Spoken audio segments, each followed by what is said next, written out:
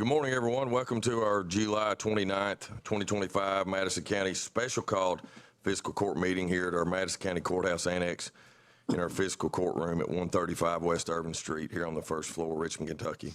This time I'd like to call this meeting to order. Clerk Barger, if you would, please call the roll. Master Combs. Here. Master Lockmuller. Here. Master Hughes. Yes. Master Botkin. Present. Judge Taylor. Here. This time I'd like to invite Master Botkin to lead us in a word of prayer. Bow with me, please. Dear Heavenly Father, we thank you for this wonderful day that you've given us here in Madison County. And dear Heavenly Father, I ask today that you would just be in this courtroom with us, Lord. I ask you, dear Heavenly Father, that you would help us to make decisions to move our county forward and give us the wisdom necessary to do those things, dear Heavenly Father. Also, dear Heavenly Father, I'd like for you to remind everyone in this courthouse and everyone that hears this today that we are able to gather in this place today, dear Heavenly Father, because in every country on the face of this earth stands an American soldier, sailor, airman, Marine, Coast Guardman. Dear Heavenly Father, most important, we just thank you for your Son, Jesus, and all you do for us. And these things we ask and pray in Jesus' name, and amen. Amen. Amen. Thank you, Tom. Sheriff, if you will, lead us in the pledge. I pledge allegiance to the flag of the United States of America and to the republic for which it stands, one nation, under God, indivisible, with liberty and justice for all.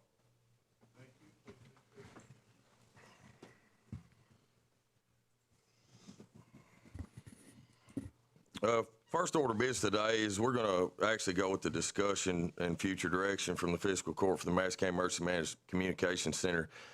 MCECC is the acronym for 911 funding. We're going to have discussion today first, and then we'll move on to the first reading of Ordinance 2025-009 in repealing or potentially repealing the ordinance of 2024-07.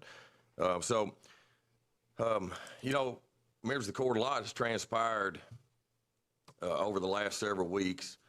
Really, a lot has transpired over the last couple of years.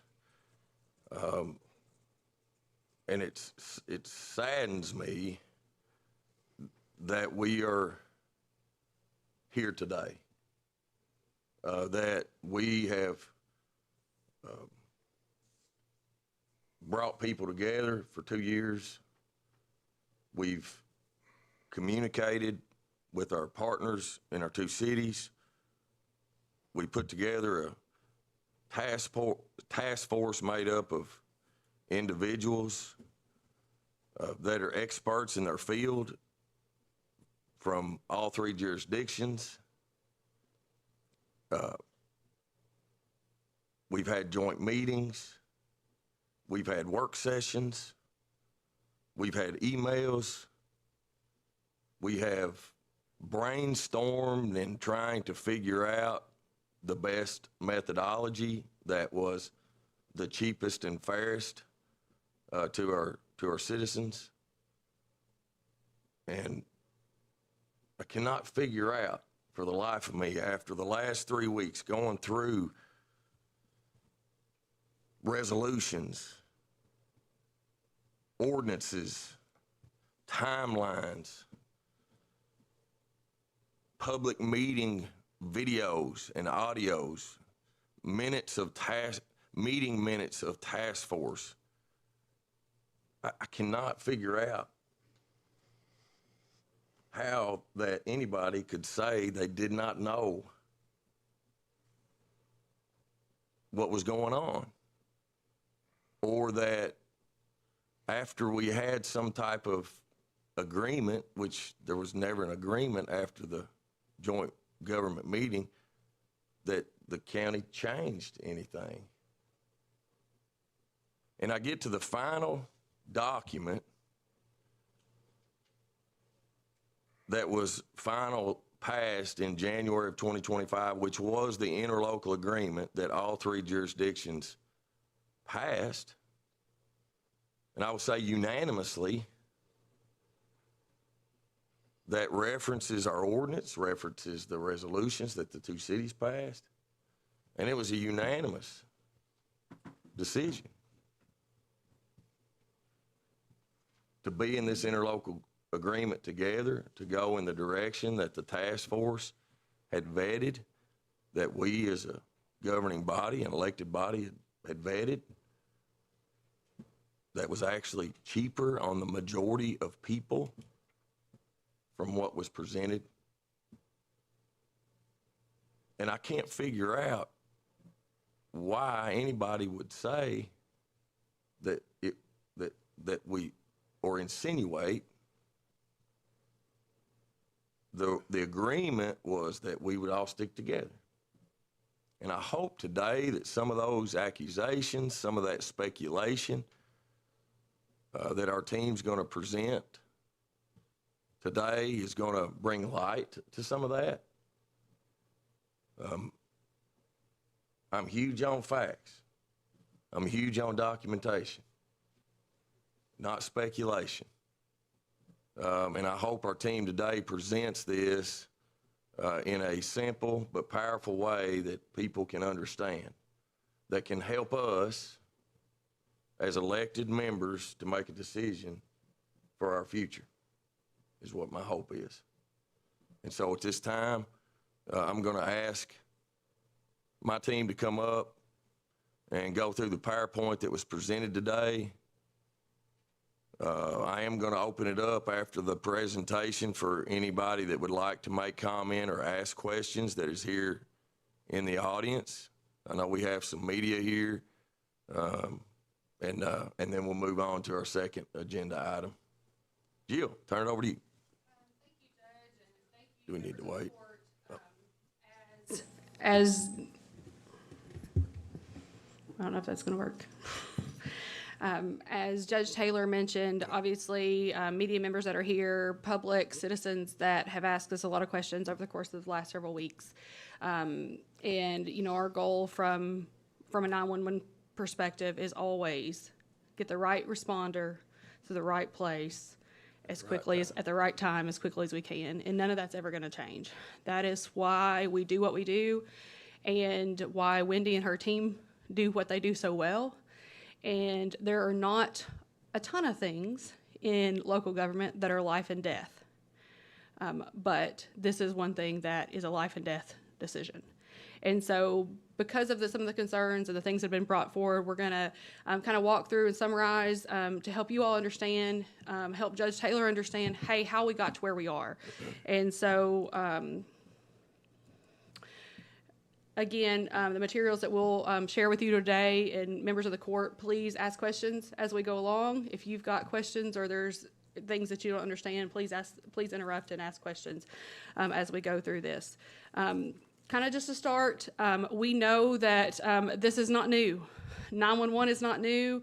Enhanced 911 was officially established here in this county in 1990. Obviously, in 2008, Berea and Madison County Fiscal Court and their operations merged. And then in 2010, Richmond joined on later to be part of that joint 911. At that time, there was an annual landline fee assessed, and it was increased from $9.96 annually to $42 annually. Fast forward, a lot of things change, as they do in all things in life, and the landline fee remained the same. But landline revenues continue to decline with CSEP funding potentially, as we knew it was declining as well. All three governments came together. They had been working together over the course. I think that some of our team members have meeting minutes that go as far back as 2008 in talking about, hey, as landline fees go away, as CSEP funds go away, what are our next steps? How are we going to do that? So, I mean, you're talking about 20 years of work and working together to try to find the right solutions. And so in September of 2023, all three local governments passed a resolution jointly establishing a task force. But before we get into some of that, just kind of want to give you all a little bit of a summary of how we got to where we are today. Obviously, in September of 2023, the governments passed that resolution to create that task force. Task force started meeting immediately. Those 7 members started weekly meetings. So they would meet 1 week via Zoom and 1 week in person. They did that all the way through February. And so in February, the task force meetings, they said, hey, we're at a point that we've researched a lot, we've done a lot, we're gonna make some decisions. And there was 2 members for each government entity approved 2 members to sit on that, and then Wendy Lynch is our 911 director. As a subject matter expert, yes. Yep. And So- Jill, would you please read who that group was and what their position on that board was? Yes, so the appointees for the city of Berea is Rose Beverly, who was the city administrator at the time, Sean Sandlin, who's now the city administrator, but was the fire chief at the time. For us, for Madison County, Tim Gray, who's the EMA CSEP director and fire chief, and Chris Israel, who's the chief information officer. For the city of Richmond, Rob Meinerich, who's the city manager for the city of Richmond, and Rodney Richardson, who is the police chief. And then, as Judge Taylor mentioned, Wendy Lynch is the 911 director, subject matter expert of that. So that is who was on. And there was a very specific charge. I think all 3 governments gave them they had a charter, they had very specific charge that what they were set out to do. So, and you can see an example of that here. But just to kind of fast forward a little bit, they came together with recommendations. There was then a joint meeting. Coming out of the joint meeting, each of the 3 local governments said, hey, there's some things that need to be tweaked. This is not just like we want it right now. There are some concerns. There was questions from citizens. There was a lot of things happen. City of Berea did a resolution in support of moving forward in a joint funding mechanism. City of Richmond moved forward in support of a joint funding mechanism. The county at that point said, hey, we've got to make some changes because we are going to have to, pass the ordinance. So there were 2 work sessions. There was a work session here in this building. We actually had members of the public. Dean Vinsel never passes up a good public safety open meeting, and today is no different. So I can remember him being there and providing some insight into some things that he knew about from a public safety standpoint. So that happened on April the 16th. As a result of that meeting, on the 17th, members of our task force followed up with the rest of the task force and said, hey, here's some tweaks, here's some things that concerns we're getting from citizens, here's concerns of the fiscal court, here's what they're asking us to look at. Let's go back and look at some data to make sure we're doing this right. We want to do it right from the beginning. And that followed up, we followed up with that, the fiscal court did, in getting some more data and understanding, hey, what does this look like?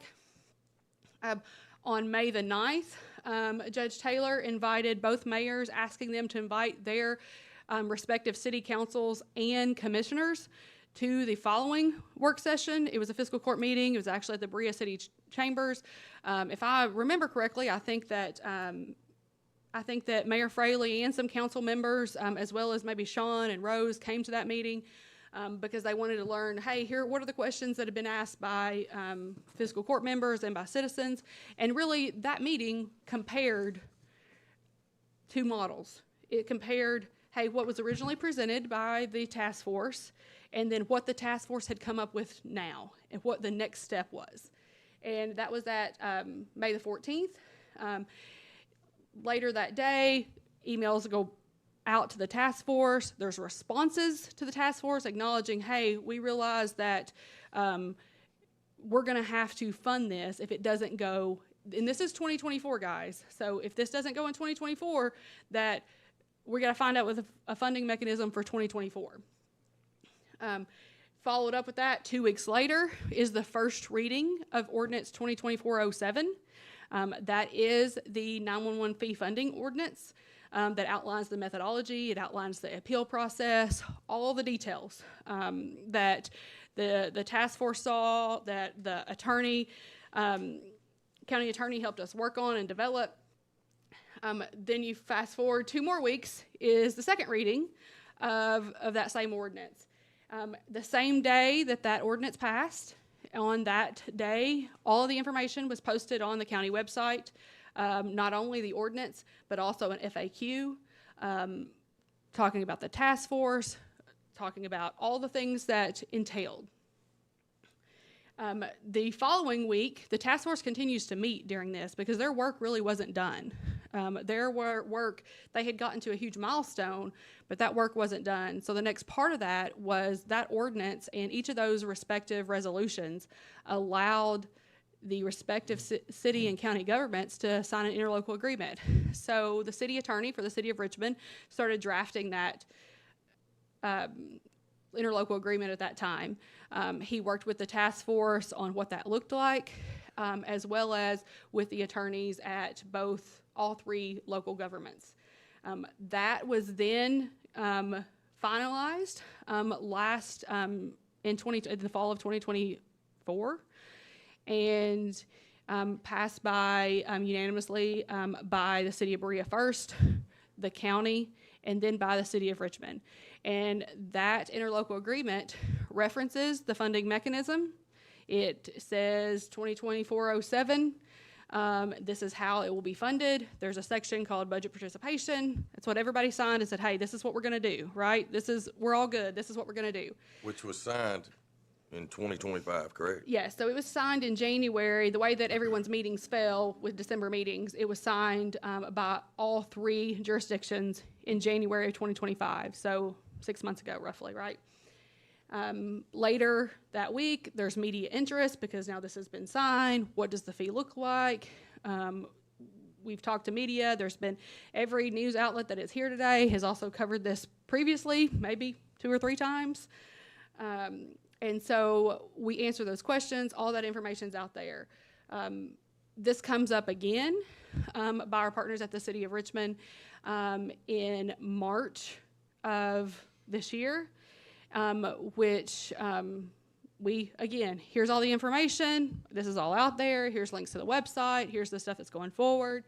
And so all of that transpires until we get to kind of this point of where we are today. So sometimes we take a lot of time and give you a lot of things, but kind of felt like it was probably important to summarize what that timeline has looked like, because this has been a long process. There's a lot of people involved that it's been a long process for. I look at Chris and Chief and Wendy, and I mean, they've spent half their career at the county working on solutions for how we're going to fund 911 long term. So I think that the work that's gone into this by the members of the Fiscal Court, by the other bodies, needs to be shared.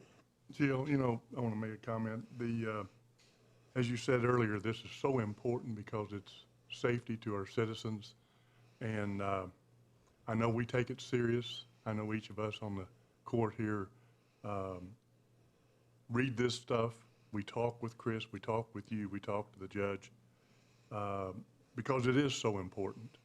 And citizens aren't going to necessarily agree with everything we have to consider, but it's part of why we get elected. We can't play politics. This is not a political thing. This is the safety of our citizens in Madison County. And to play politics with it is not a good thing. So we choose not to do that.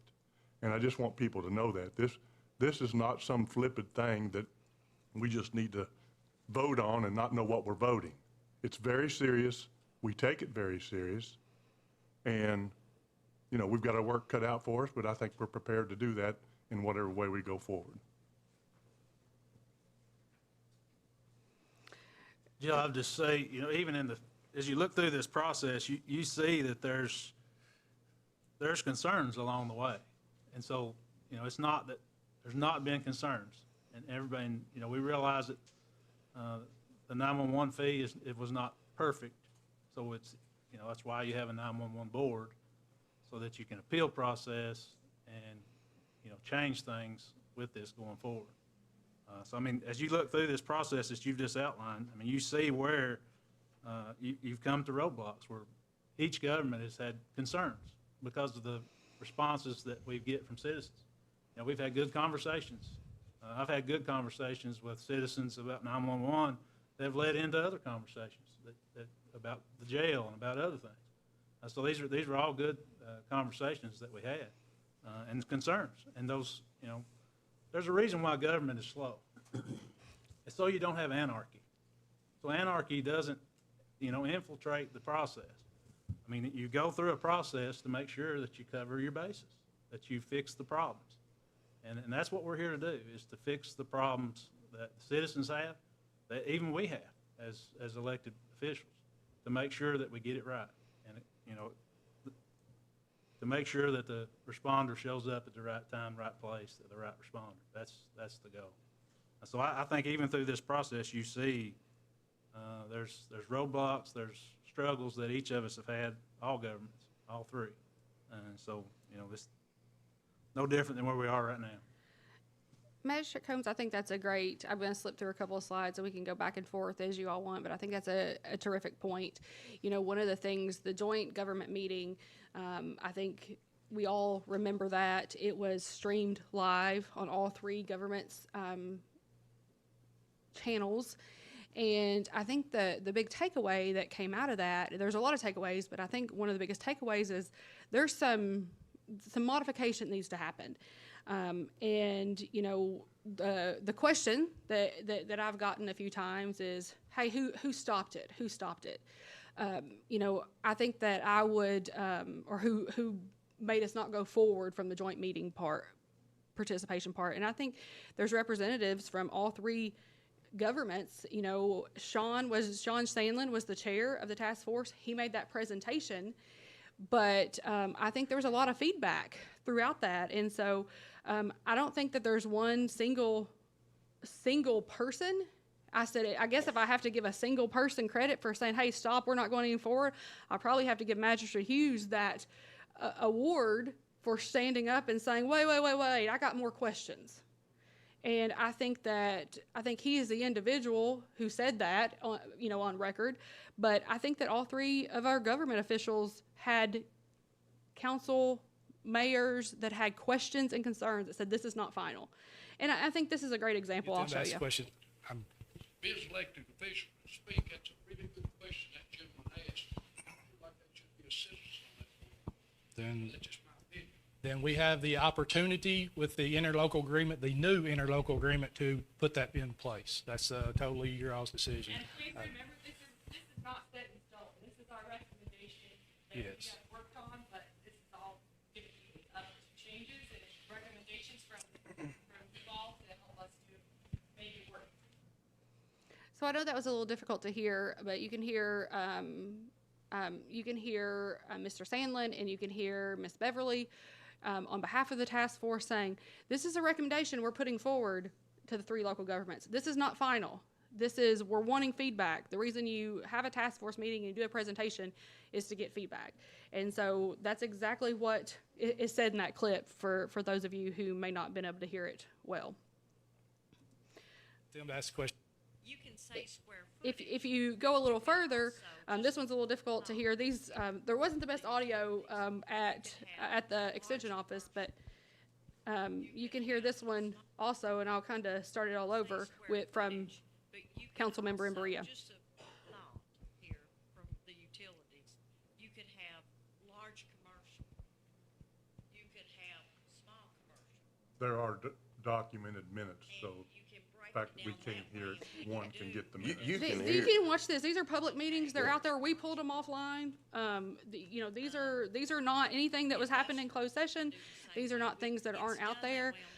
I'll kind of speak to this a little bit. This is Berea City Council member Wilson, and she's actually suggesting breaking down the fee by different zoning classification as small, medium, and large commercial to create some equality. So at the same point, you could use that and do footage, but you could also, just a thought here from the utilities, you could have large commercial. You could have small commercial. And you can break it down that way, and when you do, it doesn't sound like, okay, large commercial, Walmart. Industrial, you can do the same way. It's done that way on a utility. So I'm just going back to that. But large industrial, they had a different set of things for building. So at the same point, you could use that and do it that way. And then when it's broken down, then it doesn't sound like, well, I'm having to pay what Walmart does and I have a storage building. So you could actually do that, Tom, and make it, might be a suggestion, something to think about. So there, you know, obviously that's input from a Berea council person, and this is I really appreciate it, but it's a the reference pretty and, big- and Magistrate Hughes, we can hear you better, so. You waited for the mic. You finally did something you're supposed to. Wait. Hello. work put into this, and I really appreciate it, but it's a pretty big pill you're wanting us to swallow pretty quick. And, you know, that's just, you know, that's my big concern.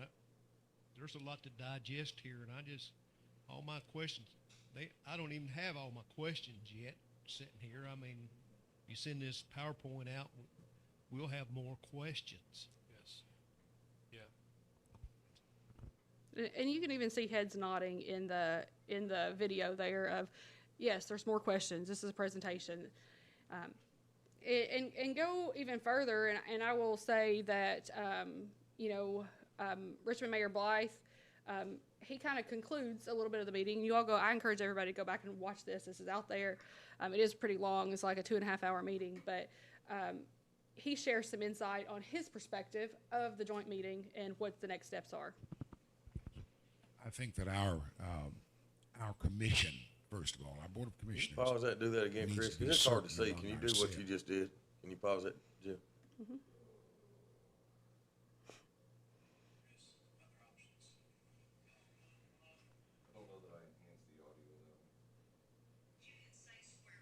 Where's the sound coming out of, Jill?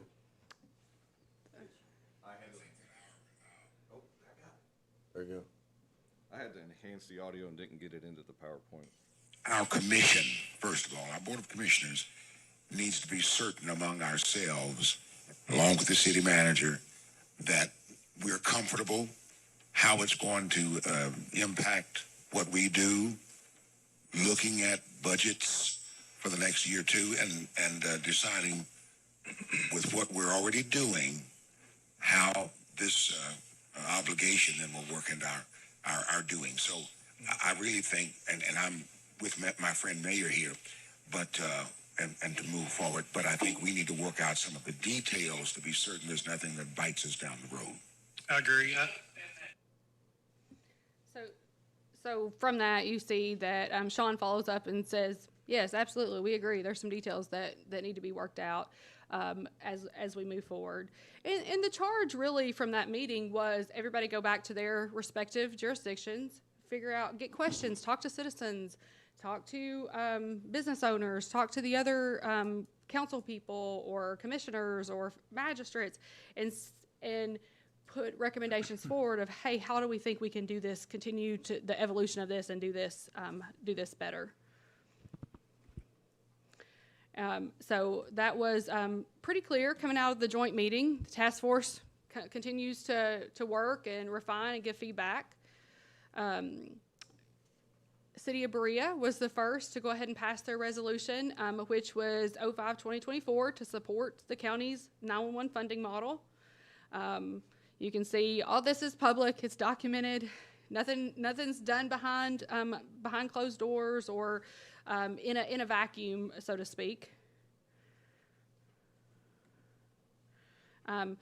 City of Richmond Commission meeting, they vote to pass Resolution 2403, also to support the county's 911 funding model, which is outlined here, as you can see, and what that looks like. Now, those resolutions don't specify, hey, here's exactly the methodology and things, because those things are still being worked on, except it does say on each parcel, and that it would be on the county tax bill. So that's what the recommendation from the task force was. That's what both cities recommended, said, hey, county, will you do this, because you send a bill to everybody, right? And so that was how I'll move forward.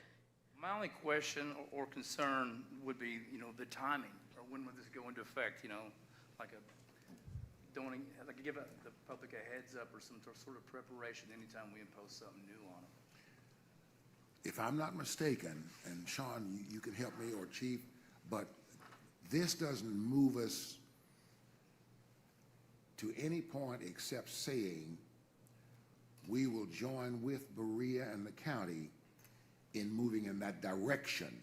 Now, then the county will have to do the legislating, I'll call it, from this point, if there is anything done further with respect to levying fees, and I think that's perhaps what Yes. our concern, And all of us Commissioner have that Newby, you're concern. correct.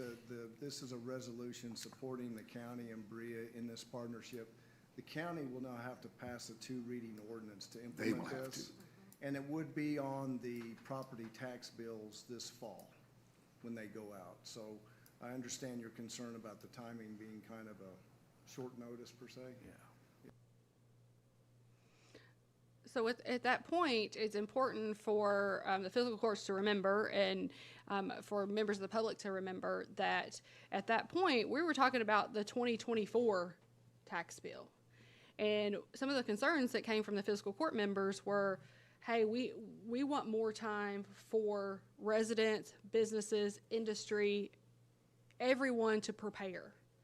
You know, we're talking about, we're April, May, and that would have been in October. So there was a lot of things that the tax bills get prepared in August. So there was a lot of things to do that you all weren't comfortable moving forward without finalizing the model and on that timeline. Just as Commissioner Newby shares in his concerns as well. So the recommendation of the task force was It was, 2024. yeah, so it was actually 2024 to put it on the 2024 property tax bill, which would have gone out in October of 2024. Okay. I know when you're talking about 2 years, correct me if I make a mistake in which year I'm referring to. So followed up from that was actually a special call meeting for the fiscal court. And so a lot of those things, the feedback that you all received from citizens, the feedback that the task force had received from all local governments were all put forward. And some of the things that were brought up in the joint meeting were as part of that as well. And just to refresh your memory, I'm trying not to leave anybody out. So Magistrate Lockmuller actually comments on the importance of this, similar to today. When this happens and goes forward, which, that we don't have certain, well, neither city should come back on us and be negative towards what the county's done. They need to be a part of this.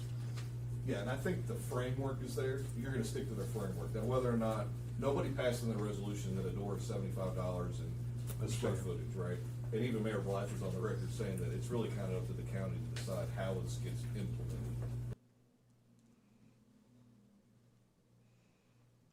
So Today, obviously, when- there's a lot of thought and consideration from that. Following your all's recommendations of really diving in and looking at the data, pulling 911 call data, looking at the parcel data and how that reflected to the 911 call data, and everything that happened in that work session. And the minutes and everything are out there, and they're pretty long. So I'm going to warn you, probably some of the longest minutes that I've ever read. Because there was a lot of conversation about, hey, we got to do this right. Following up with that is an email from Chris on our team as a task force member to the task force saying, hey, we had a meeting. The fiscal court had a meeting. Here's what they're looking at. Here's some concerns that they have. And this went out to all the task force members. You know, I can't speak for any other local government entity. But I know how it works on our end, and I know our task force members would come back from a task force meeting and they would talk to us and they would tell us, hey, here's what we discussed, here's what we're thinking, so that we could keep our fiscal court members abreast of, hey, there's progress happening, here's what's going on, here's information to share, here's some roadblocks that we're hitting, some concerns we have, things of that nature. And so we treated this no differently after a work session. This outlines that. It outlines some of the comments that you all had recommended. It also outlines, hey, here's the call data now that shows that single-family residents is about 15% of the 911 calls, and businesses are 48%, and industrial is a little over 1%. And so at this point, you can see you're starting to get into, hey, we need to tie calls for service based on how statute reads. We're going to use calls for service and marry that with methodology that the task force presented. I think some of that direction, though, was, and the public doesn't care if it's a tax or a fee, but our concern was with it being a fee, that it should represent the usage, not just a flat, across-the-board fee. And so that's where a lot of the conversation ended up, getting to a model where you set rates for different entities, because those are the people that are using it, and not just a flat rate across the board. Well, I think it's important too, the law says it's a fee. I mean, I know you can, Right, but from a citizen, they don't care. they don't, no, I agree with that. It's just money Yeah, yeah. at the end of the day. Jill, we know what the task force did, and in what you just presented, we know that the task force came back and Chris reported back to us. So we know, the fiscal court knows what we've done, what we've discussed, how many meetings we've had on it, the discussions between all of us individuals and magistrates. But what we don't control, nor should we, is whatever happened at both the city of Richmond and the city of Berea. Once they had their information, then at that juncture, it was behooving of them to make sure they understood what was going on, how it was going on, the timeline that it was going on. It wasn't our responsibility, it was their own responsibility. And that's where I get into leadership when I talk about leadership coming out of the business world, is that once you've got something that's getting ready to move forward, you've got to make sure everybody understands it. And I know we did. I do not know whether the city of Richmond or the city of Berea did. I'm not here to say that in a negative fashion, but that's not our charge. We're doing our job. We're not trying to do other people's jobs. Well, and I think that, thank you, Magistrate Lockmiller, for that. And I think that it was our intent and our job to make sure that we were effective communicators. And I think that's always our intent from our perspective and our administration's perspective. We say it a million times, communication is the key to success. And it's always going to be the key to success, and no matter what we do. And so that's why it was so important to continue those lines of communication, regardless of what other conversations were happening. Is here's where we're at, here's what's happening. The other thing that's really important that I want to kind of pull out and remind the fiscal court of is there was the concern about obviously it going on the tax bill in a short timeline, but there was a pretty significant concern based on the information we were also getting back from FEMA on the CSEP program, that those funds were going to continue, and they were going to continue well into the 25 budget year. And so you can see that Chris actually outlines that, because that was a significant conversation among the fiscal court in the work session of, do we want to do this if we're still getting federal funding to pay for some of these expenses? And the answer was no. The answer of the fiscal court was no. If we're getting federal dollars to pay for it, we're going to hold off for the citizens of Madison County as long as we can, so that the federal tax dollars bear that burden. And so I think that's of significant importance. And then following up from that, task force meets, data continues to really dive into these things. On May the 9th, Judge Taylor sends an email inviting both mayors and their respective legislative bodies to a follow-up work session via email, including, this went to both Mayor Fraley and to Mayor Blythe, outlining here's where we've been, here's what we've done, here's what's happened since the joint meeting, here's what's conversations have happened, here's where we've been. You can see that outlines, and then makes a request at the bottom saying how much you appreciate the task force and all the work they're doing, but asking council and commission members as well as the mayors to attend that meeting, which was at the Berea Council Chambers the following week. And so there's the one that Mayor Fraley. Mayor Fraley actually is here today. So, hey, Mayor Fraley. And Mayor Fraley actually sent this to his council. He CC'd us on it, saying, hey, I've sent this to the council. This is great. We need to make sure everybody continues to stay in the loop so that they know and ensure that they know what's going on. And so at that point, the future of 911 presentation was given at that next meeting, which was May 14th. So there was, this was really what we kind of considered the comparison from the original task force recommendation to here's where we are now. Jill, I've got a question. That last slide. Members of the Berea City Council and Berea Mayor attended the meeting in person. Did Richmond not attend it? We didn't have any documentation of such, so. But they were invited. Yes, I mean, through Judge Taylor's email, I Okay, mean, same email, but. But nobody attended it that we know of in person. No, and we actually, when you go back and watch we watched the footage, the reason that we knew that the mayor and council members and task force members from Berea were there is the fiscal court actually acknowledges and recognizes them in the meeting and in the audio of the meeting, and it says, "Thank you for being here, Mayor Fraley and council members." So. Sure that the people that are paying money are paying for what they're using, right? And how do you do that? You do that by 911 call data. So we went in and pulled all the 911 call data.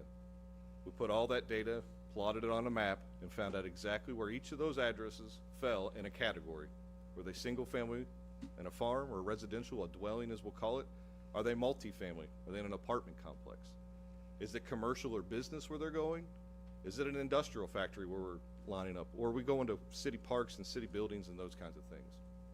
I'll tell you, the task force, when we were looking at it, we didn't have this exact data. We didn't have the time to pull the data. The task force had a pretty tight deadline to present back to the governments to make sure we continue to move to address this issue. After the task force made its recommendation, we could pull this call data and started looking. I'll tell you, I thought the calls would have been multifamily. Where do you have most of your people living? Where do you think most of your issues would happen? Yeah, we all know we spend a lot of time at Walmart, right? I knew that. We all see it when you drive by Walmart. I think Jill's the one that laughs, says, I think I drive by there and I don't ever not see somebody there. I don't know if that's true or not. I hate to have a big brush like that, but a lot of presence when you're at the Walmarts and those kind of things.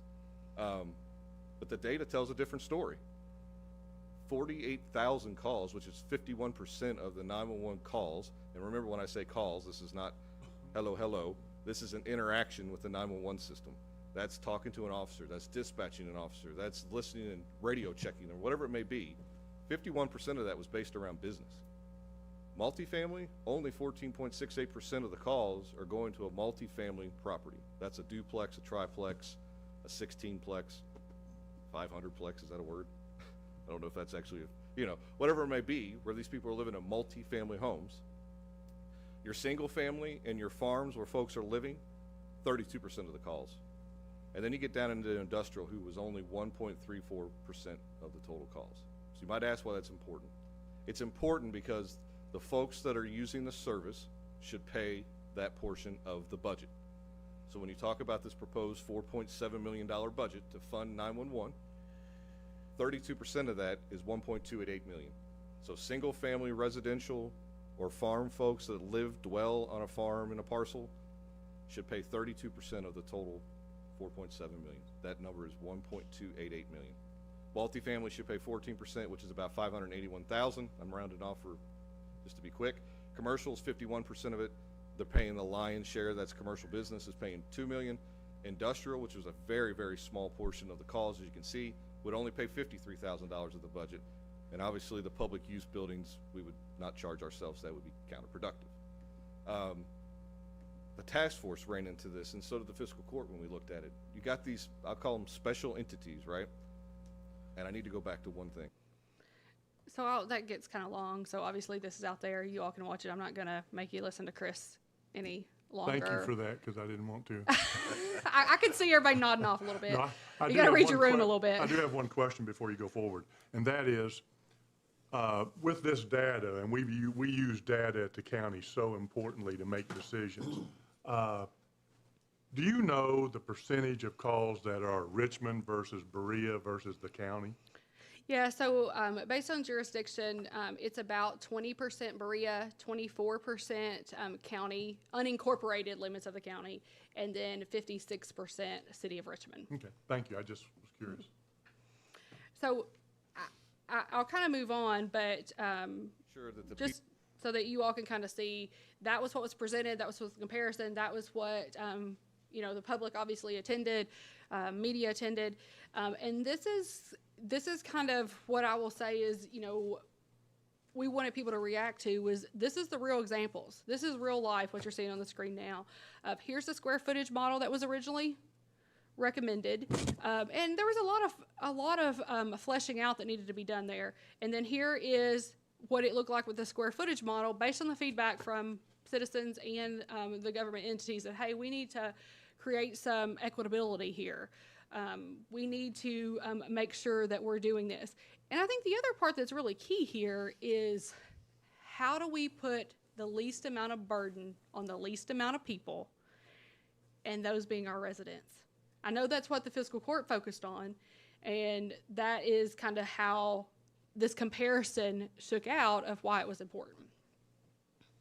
I forgot about that slide. I think that slide right there tells a huge story of why that we as a fiscal court, when you compared the two different methods of how it really showed the square footage model, to your point, Jill, was better for The greater number the of people. overwhelming majority of businesses and, what'd you say, property owners, right? Businesses, property owners.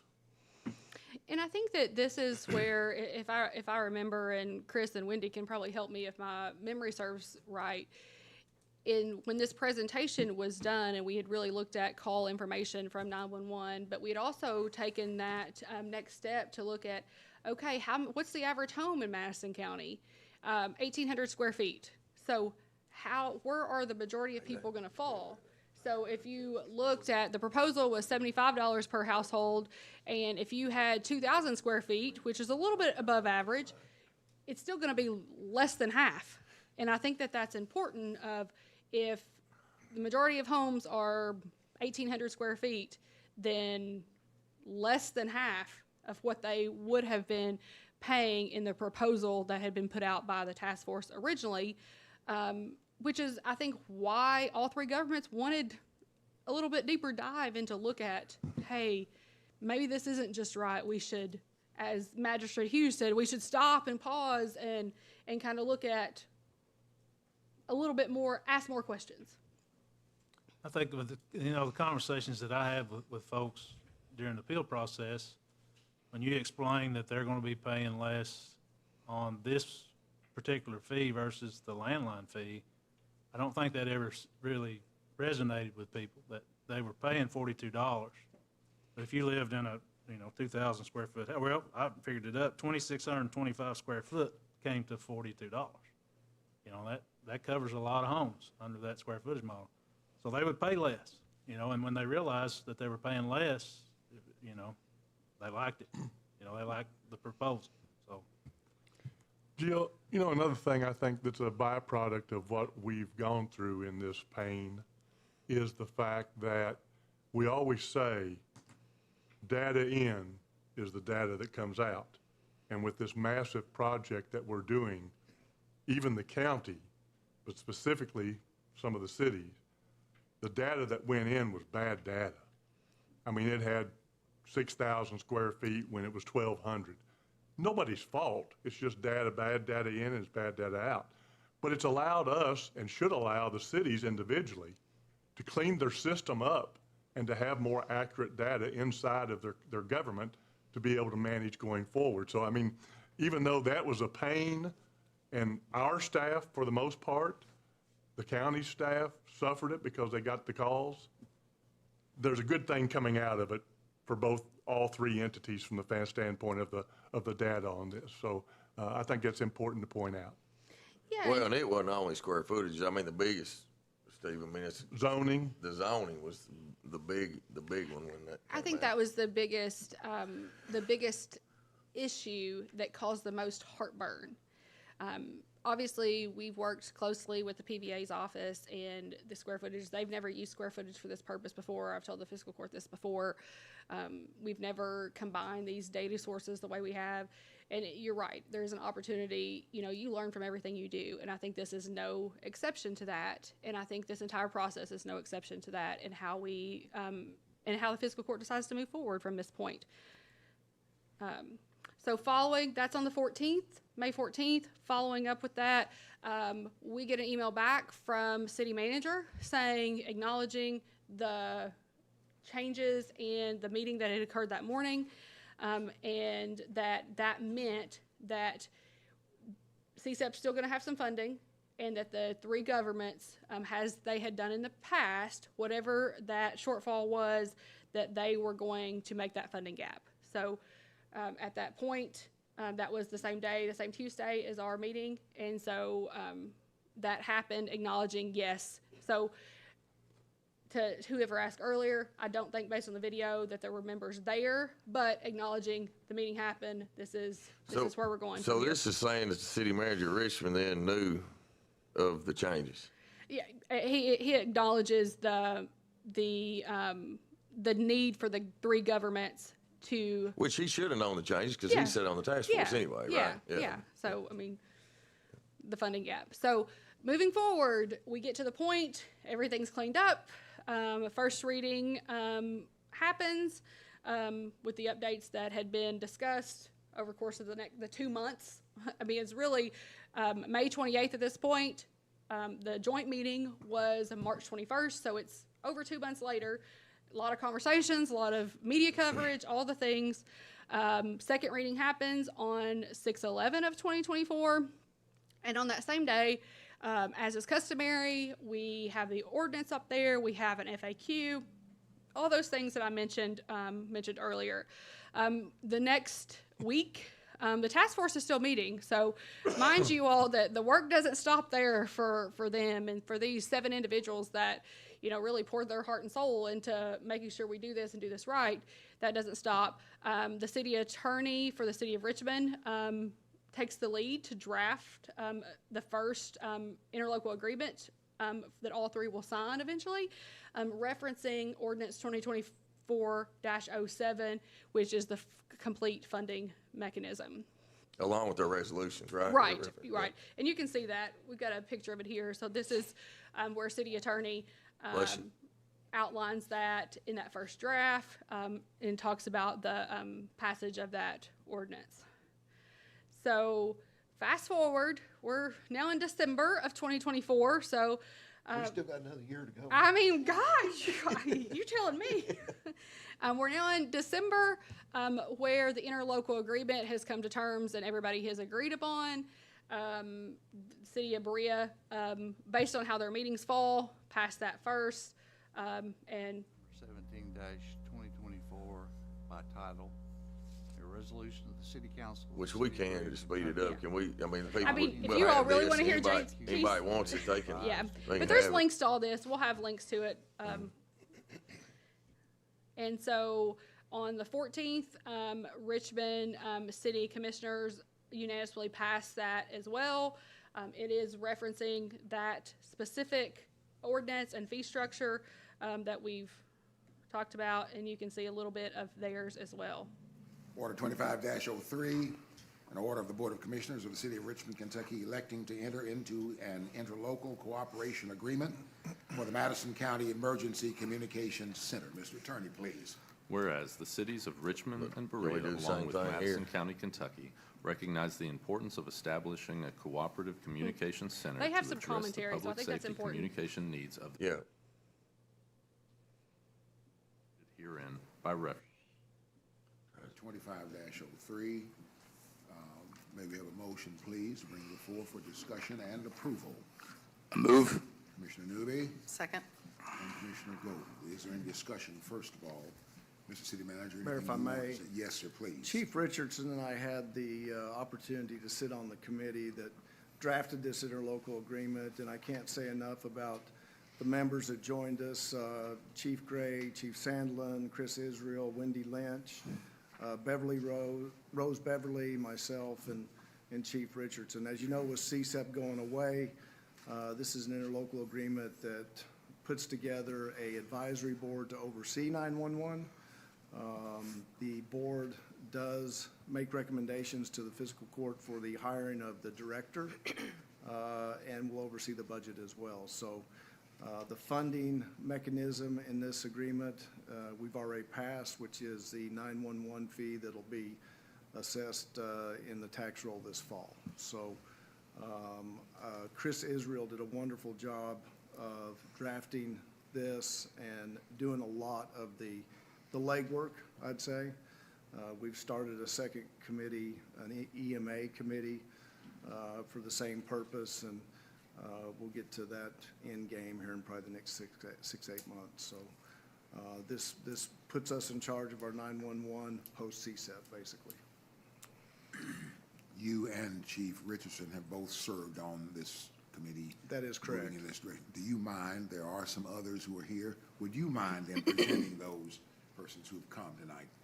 Chris Israel, stand up. Wendy Lynch, Chief Rodney Richardson, Chief Gray, and we're missing Sean Sandelin and Rose Beverly, I believe. But thank you very much. Make no mistake, we met bi-monthly for several months, and then monthly. We did have a consultant that guided us along the way, but it was a lot of work. And I can't say enough about Chris and Wendy's input for this. Yes.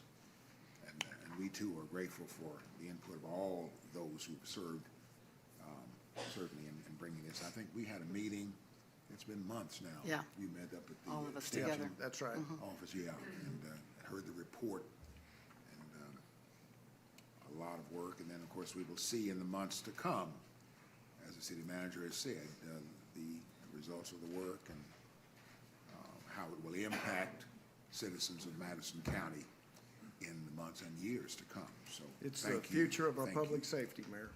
Future of our public safety, yes, yes. Thanks for what you do now in public safety. Thank you.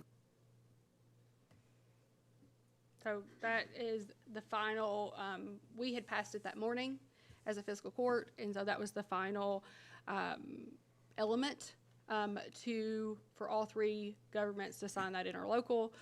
That was a really big milestone for the task force.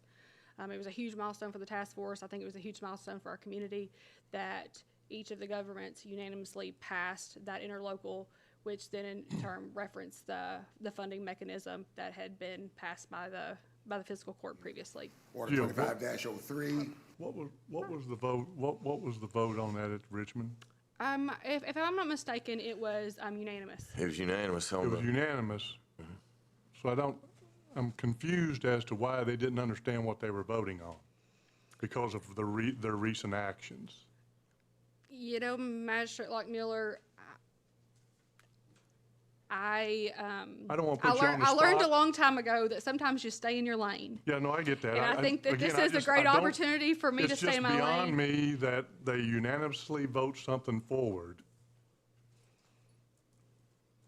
And then just recently, they do what they've done, whatever that might be.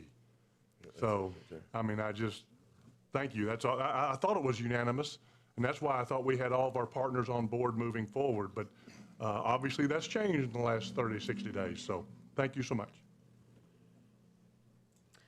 Following up from that, and we're almost done, I promise. Members of the press inquire about this. You know, the interlocal is all out there, and the links are out there. You know, starting to inquire.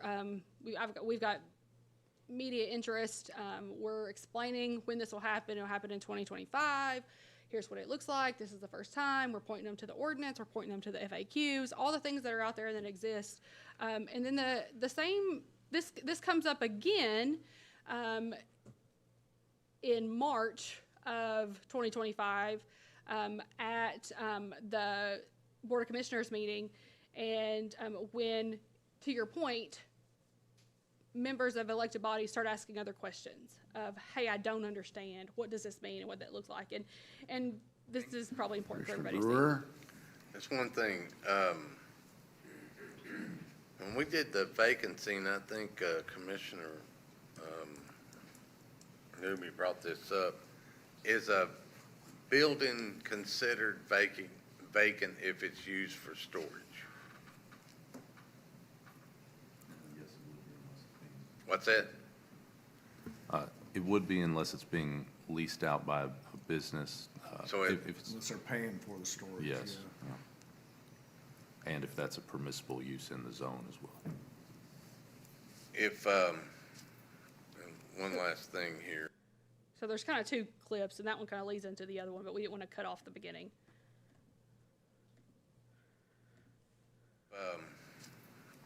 One last thing here. Can we get a copy of, or have I guess Chris Israel to post the formula used for the 911? Can anybody see that? Yeah, we have a copy. Can we know post exactly- that on our website? We can, yeah. I can certainly provide it to you all. Yeah. And then we can forward it on. Yeah, if I'm not mistaken, I have to remember, I think it's based on population, so, but the new fee, I have a question. Did I take that the right way? Had they never seen it before? He said he could forward it on to them? I think if you watch the full clip, I think that, you know, that has been included in previous, the way I take it, So it's been supplied to the commissioners? that I think Okay. that, I was just curious, 'cause city that, manager says, I can forward it to you again, Oh. like I forwarded it to you before, I can forward it to you again, I think that's how I took it. I Okay, mean, I- obviously, everybody can watch it. that's exactly what I was asking. It just, I was gonna be astonished if that was the first time somebody was actually getting something to look at, even though it's had passed. That's the reason I asked the question. Yeah, I think that, the way that we took it, that It was an additional he forward. was acknowledging, hey, can it be put out there? Can we put it on our website?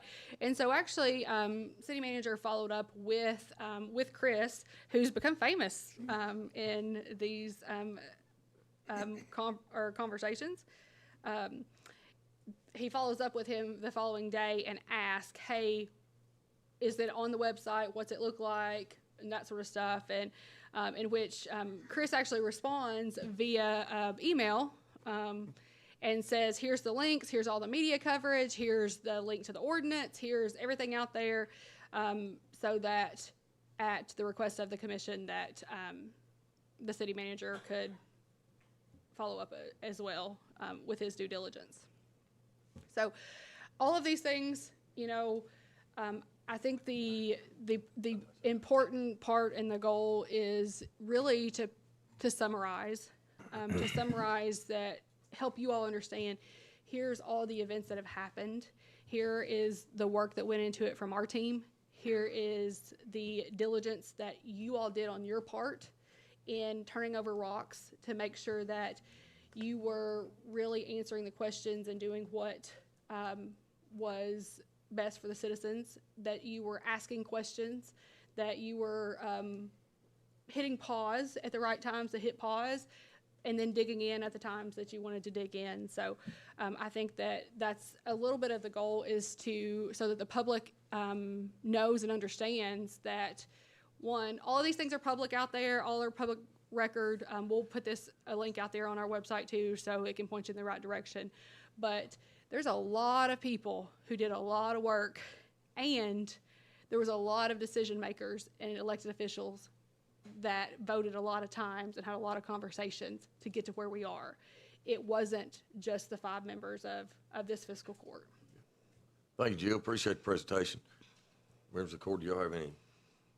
Yeah, where are we right now? Where are we right now?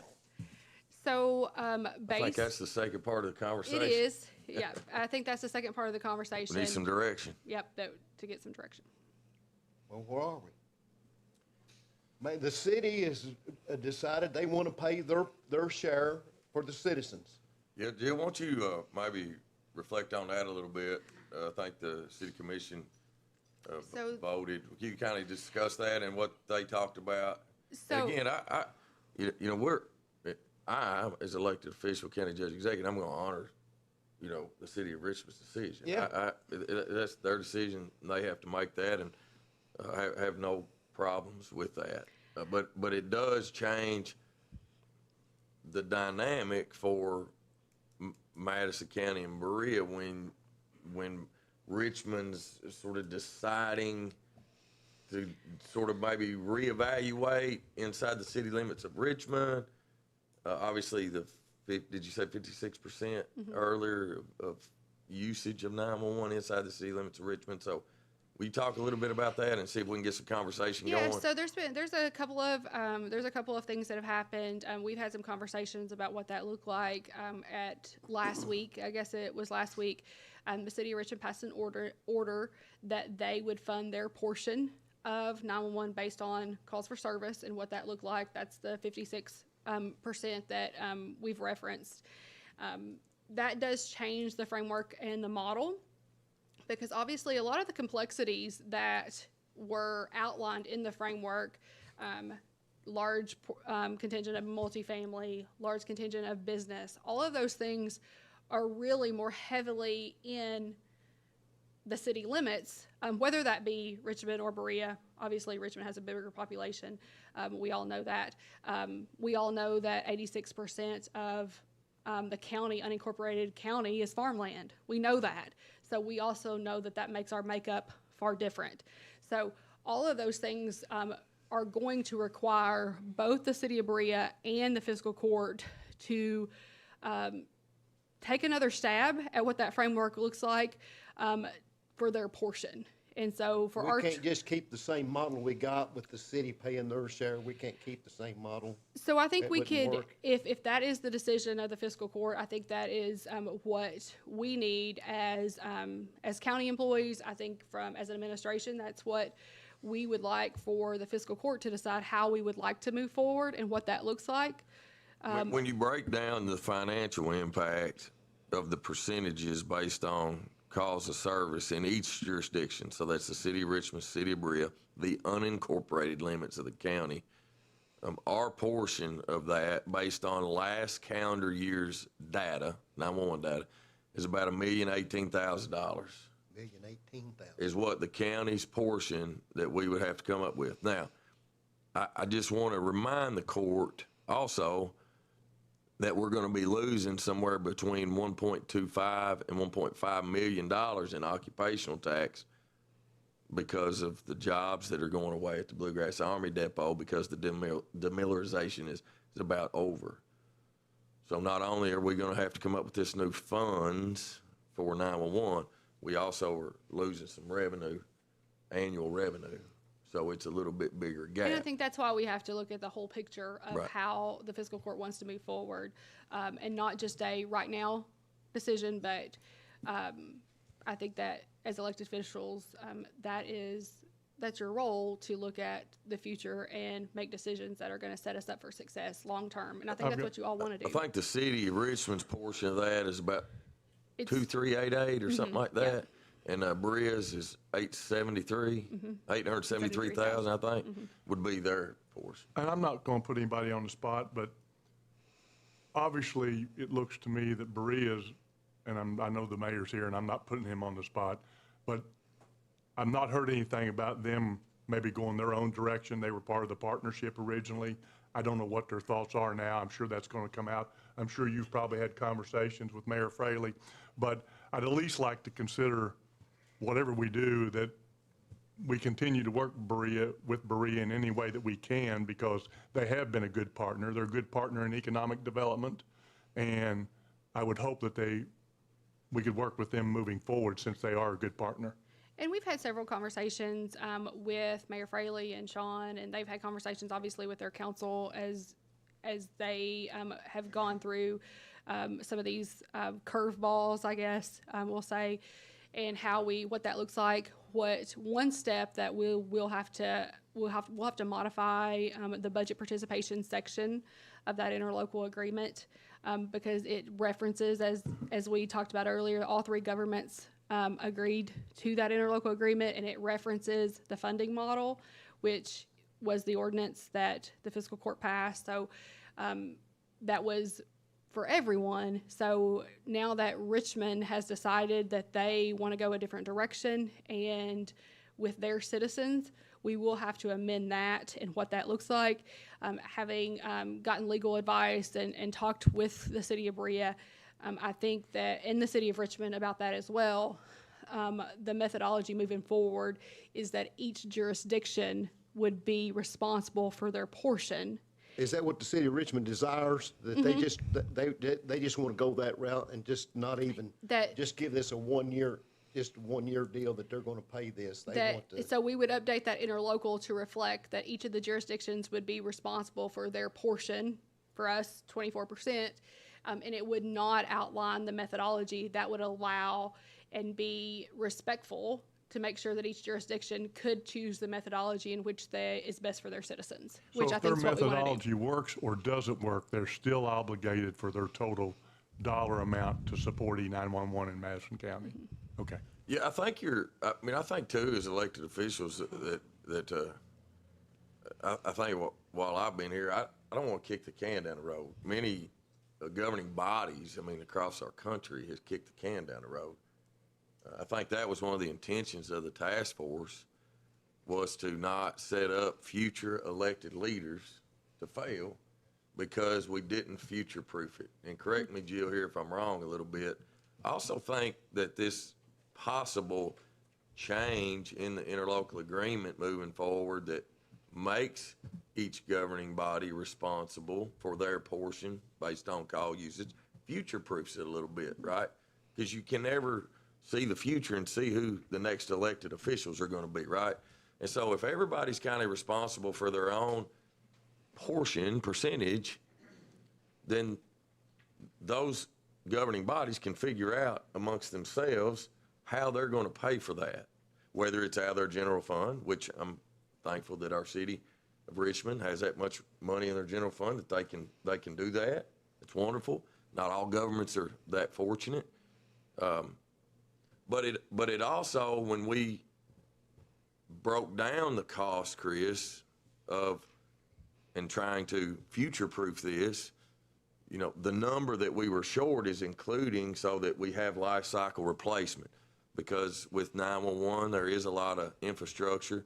There's a lot of technologies that go along with that today so that our first responders can communicate with each other with 911. And so, we've set this up so that the funding we need now is also the funding we would also need in 20 years, that you're not going to have to come back to the taxpayers to say, hey, we got to do something. Correct? You are correct. And I think if you really take even a further step back, when the landline fee was created and made $42 annually in 2008, I think that was probably right-sized for that time.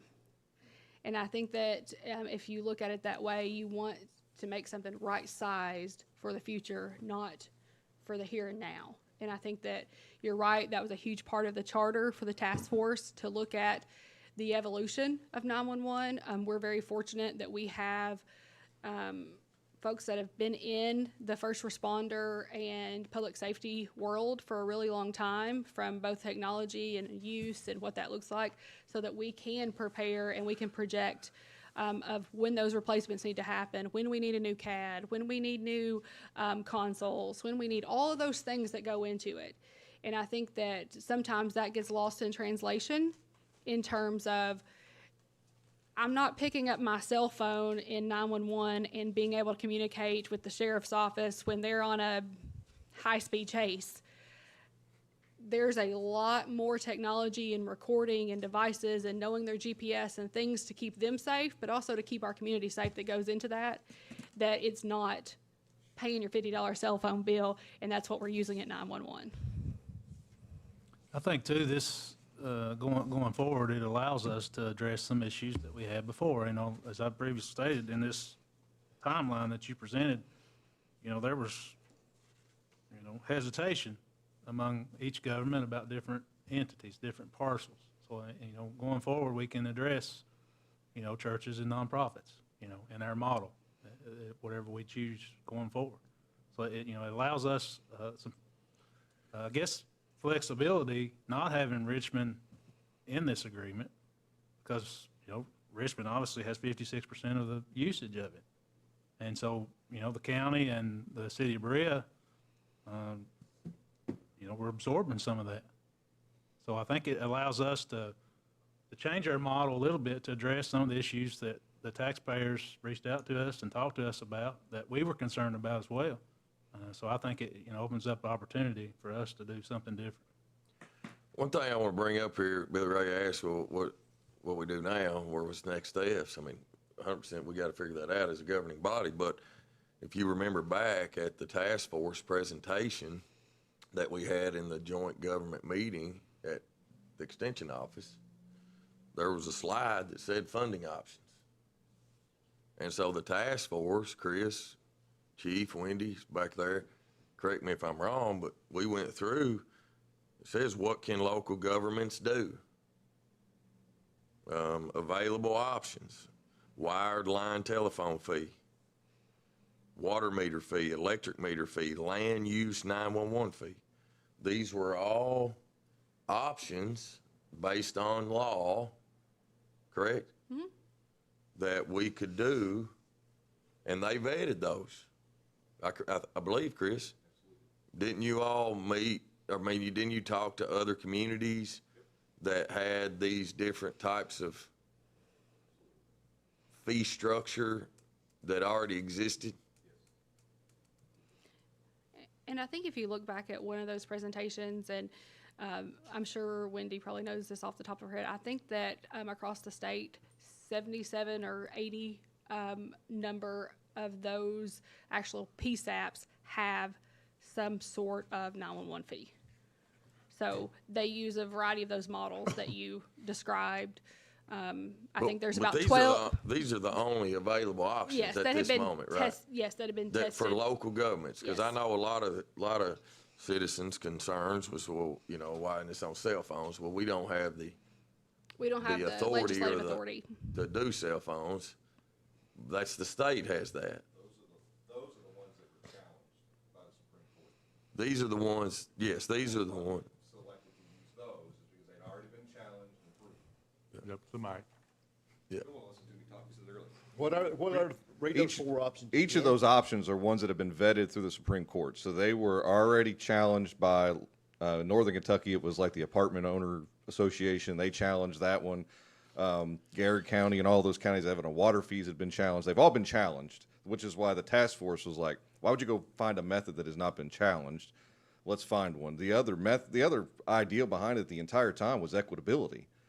Coming in there, and I remember from the first meeting, why would I charge you $75 as a homeowner and then charge Walmart $75? That makes no sense. That's the first meeting, right? From day one, it's been that.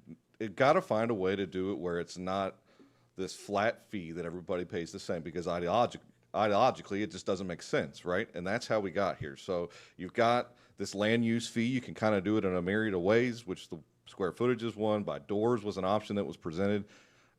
Water meters was the first one that was on there. Immediately it was shot down because, well, I'm applying $350 to everybody's water meter. That's not fair either, right? Well, can we do it by consumption? Well, now you're adding a layer. Now you're making it more complex. And what we got feedback from was simple. Keep it simple, stupid, right? And if we put all these complexities into it, it's going to get very hard to keep up with. So, and then you got 5 different water utilities, right? You got city-owned, you got Berea-owned, you got counties, and we appoint people to boards. And the law actually says that they can't stop you from putting it on a utility bill, right? It says you can do it. They can't challenge us. The task force thought it would be difficult to get that through and didn't make much sense, and it wasn't very equitable. So each one of those options that was presented have been vetted by the task force, spoke with somebody that has implemented it, and then we've also know that they have been sent to the Supreme Court. Well, Judge, since we're in the phase now of what do we do next, obviously the existing resolution of which Richmond is taking themselves away from in some fashion or form should we not possibly rescind it and come out with a new way? Or what's your direction? You're the leader of this court, so tell us what's on your mind. Before you answer that question, I'd like to say something about this.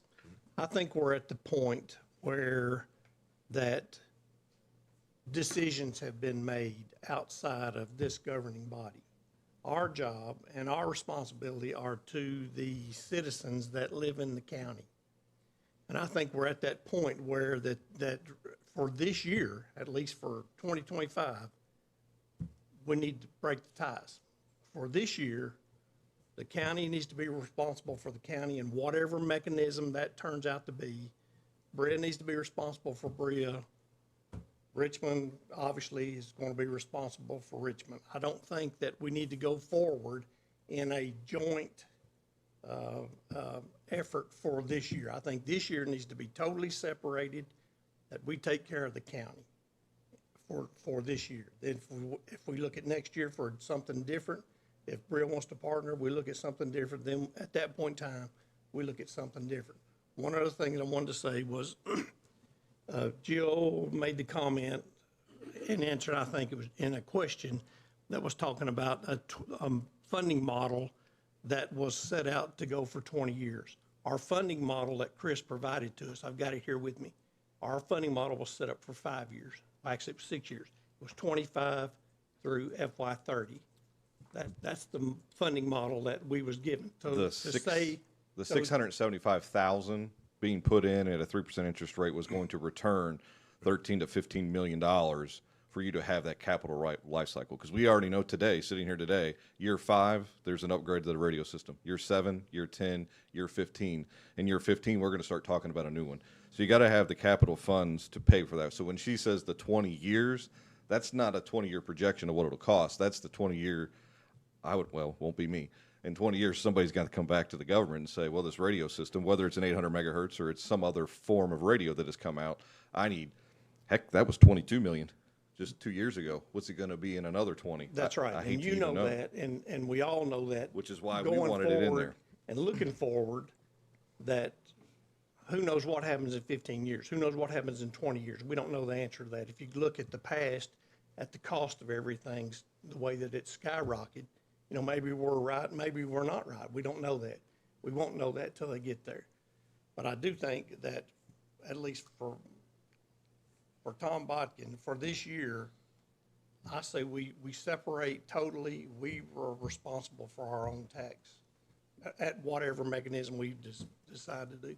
Yeah, I think one thing here, Jill, I don't want to forget these questions, but I think for me, I think we as a county and fiscal court, through the timeline we've gone through, we have an obligation to our citizens to communicate.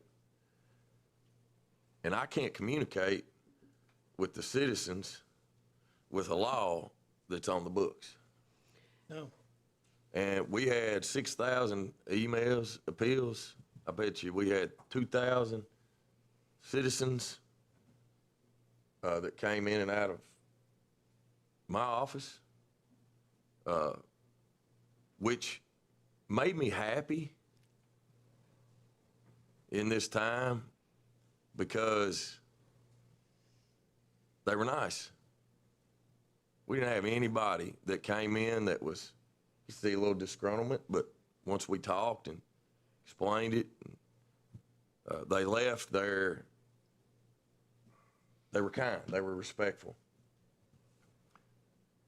But we have an obligation to respond to them. And I can't without something being done, an act of us, which is why that we have on today's agenda to do a first reading to repeal this ordinance that we know, after just discussion, that we don't think needs to be in the interlocal agreement.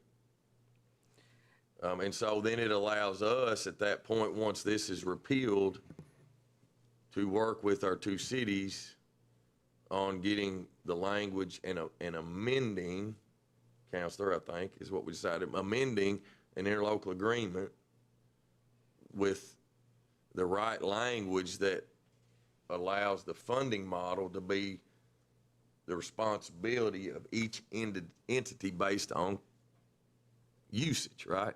Correct.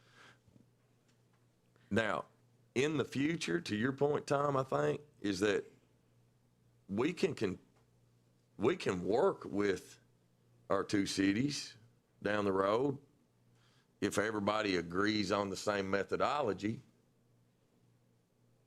I don't think the county's going to be responsible to be that mechanism to collect, at least I'm not gonna be, in favor of that anymore. And so I feel like that's what I'm looking for, that we've got citizens out there kind of a little bit in limbo right now, and I don't think it's fair to them, but I can't do anything until these laws or amended or repealed or some action is taken. Jill? I was just going to ask if the fiscal court wanted to pause for a second and before we moved into the second agenda item and discussion, and if there were, I know you said at the beginning of the meeting, if people had questions, if there are members of the media or there's members of the public that had questions, that maybe we take this time to allow them to ask the questions about the first half of the agenda. Can we, I think members of the court would like to take just a quick recess, and maybe some of you all do too. So let's do that. I saw Michael Burke, he's bored. I think you could do that. I mean, well, I think they'll go back into session. well, we do interviews right here live if that's what you want. Well, I'm not going to do that in the middle of a fiscal court meeting. Yeah, I'm not, yeah.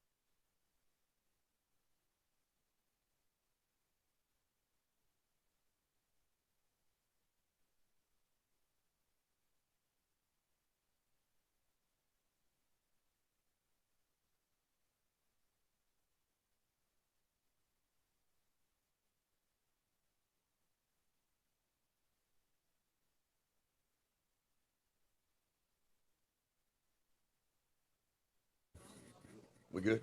We recording? All right, thank you, everybody. Appreciate everybody's patience. At this time, we are going to go into allowing for some public comment. We did have a sign-in sheet, and I'm just going to start with the sign-in sheet that first wanted to speak. And if you've changed your mind, you don't want to speak now, you don't have to. I think sometimes people think that the sign-in sheet means you have to sign in to come to the meeting. You obviously don't. These are public meetings. But Bucky, did you want to say anything? You good?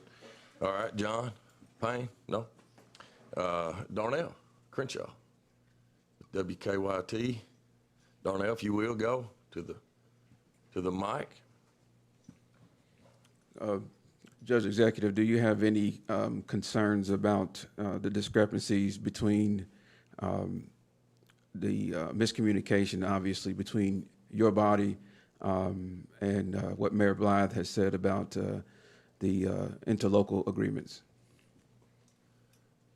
I think that we've shown today that there shouldn't have been any discrepancies.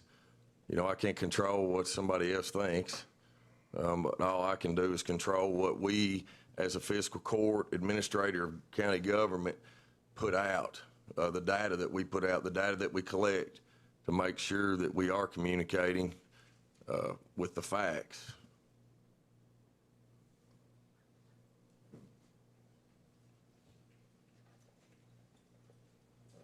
Just for clarity, how much money do you need from citizens of Berea, Madison County, and Richmond to operate E911? What's the total cost to make sure this thing keeps going? And when do you need the monies by? Is there a timeline? I think CSEP, Jill, you might have to help me with it to be exact. I think CSEP funding ends the end of September. So this budget cycle, and it's kind of minimal, correct? I mean, it's not like it was. Correct. And so that's the CSEP portion, which we knew was going away, which is why that it was going to be on the property tax bill. By the time you got your collection of the 911 fee off the property tax bill, it would have been sort of in tandem with that fee going away. I believe that the shortfall of 911 based on other fee structures that are already there, I think it's about 4.2 million, I believe. Is that correct? That is correct. And so if you reference the 4.28 million is what those percentages are applied to, and that's where the 2.388, Right. the 700 or the 873,000, and then the 1,018,000 comes from. So it makes up that 4.28 million dollars. Mm-hmm. Does that answer your question, Darnell? All right, thank you. All right, thanks, Jill. Next, Francis, did you?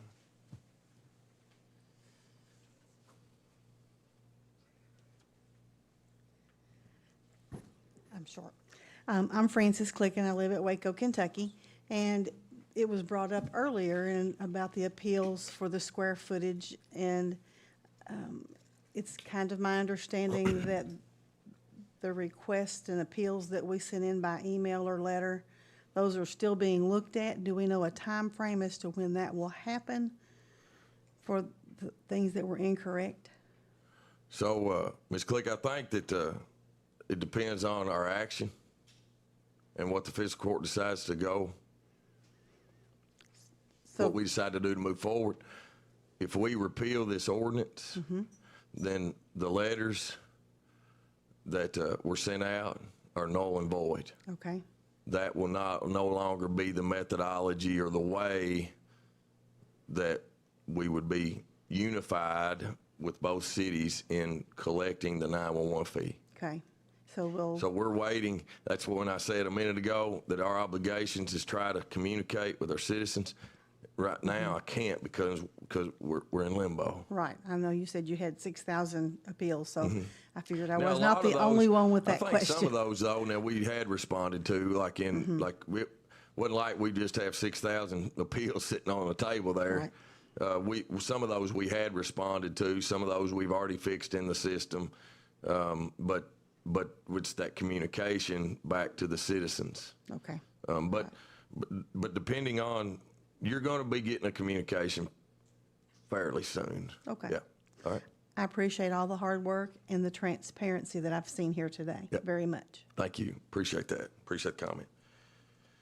I'm having a hard time. Marshall? Is it still? It's Marshall Stiltner. I live at 2460 Lancaster. I'm a retired police officer and a U.S. Army vet.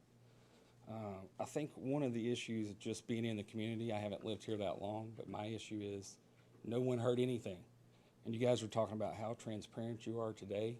Well, obviously that's an issue if no one knew what was going on. You talked about starting this in 2023 with CSEP. When did we know CSEP was leaving? Several years before that, I believe. So why did we wait? Maybe we kicked the can down the road. So I'll respond to that. I mean, in my opinion, you don't charge the taxpayer until it's time to charge the taxpayer. Obviously, there's been a mechanism since early 90s, that we collect $42 a year on a landline phone. I haven't had a landline phone for 15 years, so I've not, me personally, as a citizen of this county, I've not paid my 911 fee. Do you have a landline phone? So you haven't been paying yours either. That's something that was already on the books for many years. And again, I think I've been here 11 years and we've discussed consistently amongst my team CSEP going away. You know, at the end of the day, so we are elected to do a job. But to be an elected official, citizens have to participate. Not when you just want to, not when it potentially affects you. Our fiscal court meetings happen twice a month, sometimes more. They're on YouTube. You can come at live. They're streamed on social media. And I, as you see, if your expectation is for me or a member of the court to go door to door, that is very unrealistic. And so I would encourage citizens to watch our fiscal court meetings on a monthly basis. On average, that would take you 2.5, 3 hours a month on average. And I think, Judge, we should address the question about when did we know. We received the letter earlier this year. So in 2025, I believe it was March. I'm looking at Chief, and hopefully he's shaking his head. In March of 2025, that funding would cease. So March of 2025 is when we received notification from the federal government that the CSEP funding would cease later this year. So I hope that answers your question a little bit, but when did we get that notice? Since the beginning of CSEP being there, I think everybody knew it was going to end at some point, but that timeline has moved and shifted lots of different ways over the course of the last 20 years. We've been beneficiary. Our citizens have been the beneficiary. I know this gentleman just moved here, so he may not be as informed as our citizens that grew up here and live here and been involved, but they've been the beneficiary of this. And we certainly didn't want to tax them until it went away. So I think most citizens would appreciate that. And as we've discussed in the past, most citizens, unless they've got an alternative reason or rationale as to why they're trying to do it, they don't respond and they don't get engaged until it's inside their bubble. When it's in their bubble, then they get engaged. Well, I think too that, Jill, is that, you know, the task force and others have reassessed the need. I mean, Chris may be able to speak to this as well as, you know, we have it, this just didn't happen overnight. So the need of 911, the audible alarms, all that stuff has been assessed. And so now going forward, we have what we need, not what we had in the past. And as a department head, not a task force member, as a department head, we were challenged by this court. When you're buying things with CSEP dollars, let's buy what's prudent because we know the funding is ending. This radio system when it was put in is not the same one that was put in before. All of those concerns about what this would cost post-CSEP have been taken in the whole time. We had 96 outdoor warning sirens. That's not what this community needed. It was reduced, right? And the plan was put in place to reduce that even further in a post-CSEP. So to say that as department heads or a county administration that we weren't paying attention is false, because we were challenged by this court from day one because, Dr. Tudor said it, he just passed away. Someday somebody's got to pay for this, and people are just up here passing things. And in the past, they did. They didn't care. It was a free checkbook. It was just spent, right? This body did not do that.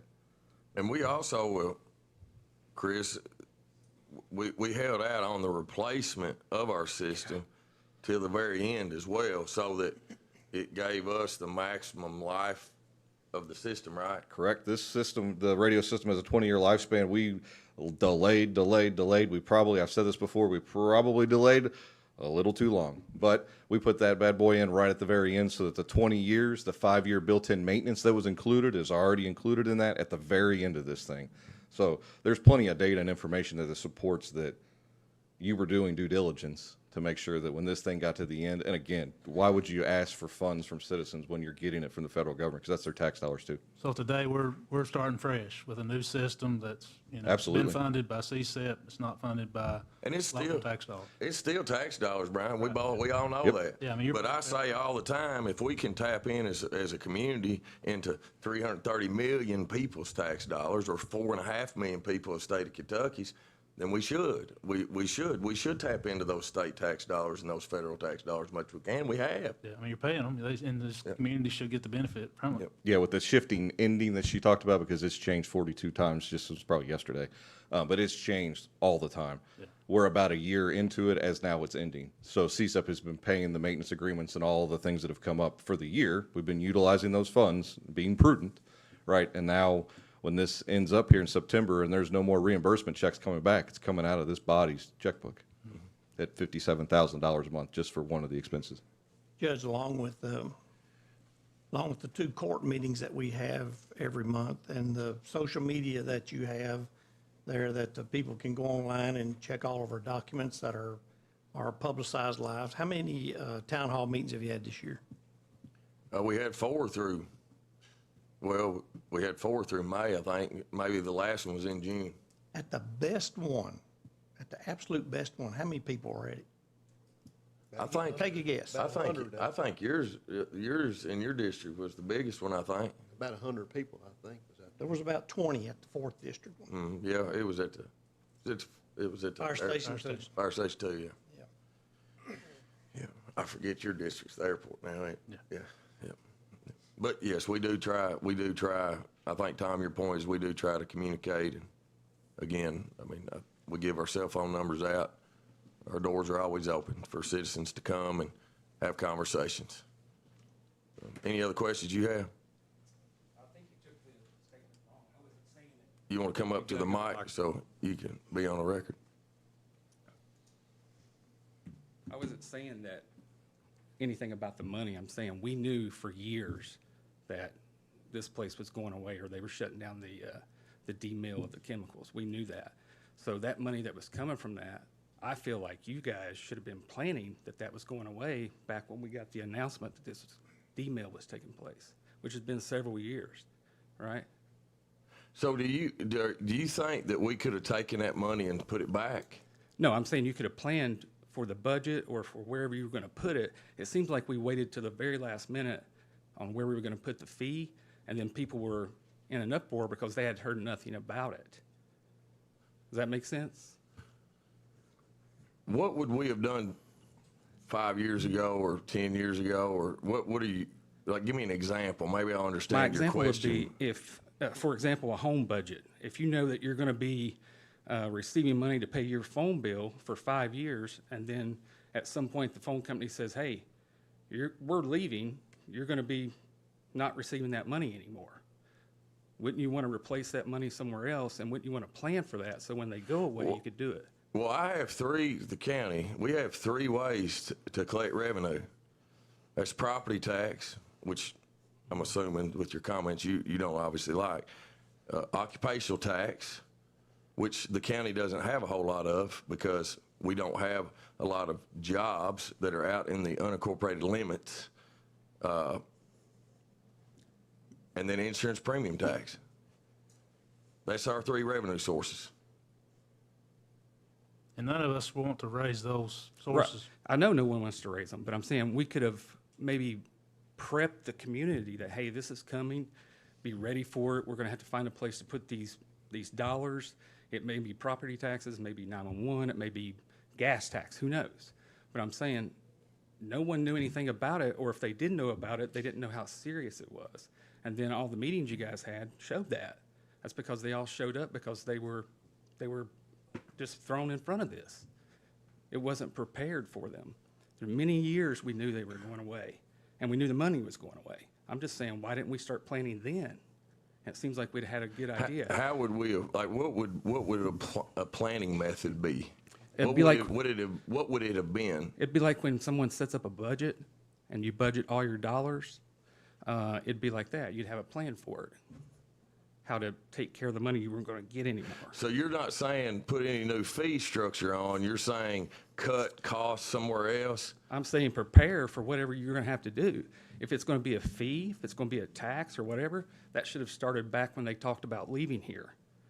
We waited too long, it seems like to me. Now we've got this battle between the Richmond and Madison County, and it seems like part of the discussion in this meeting was to blame each part of this community, either blaming Richmond that they did what they wanted by themselves, or they didn't agree to didn't follow the agreement you had, whatever it is.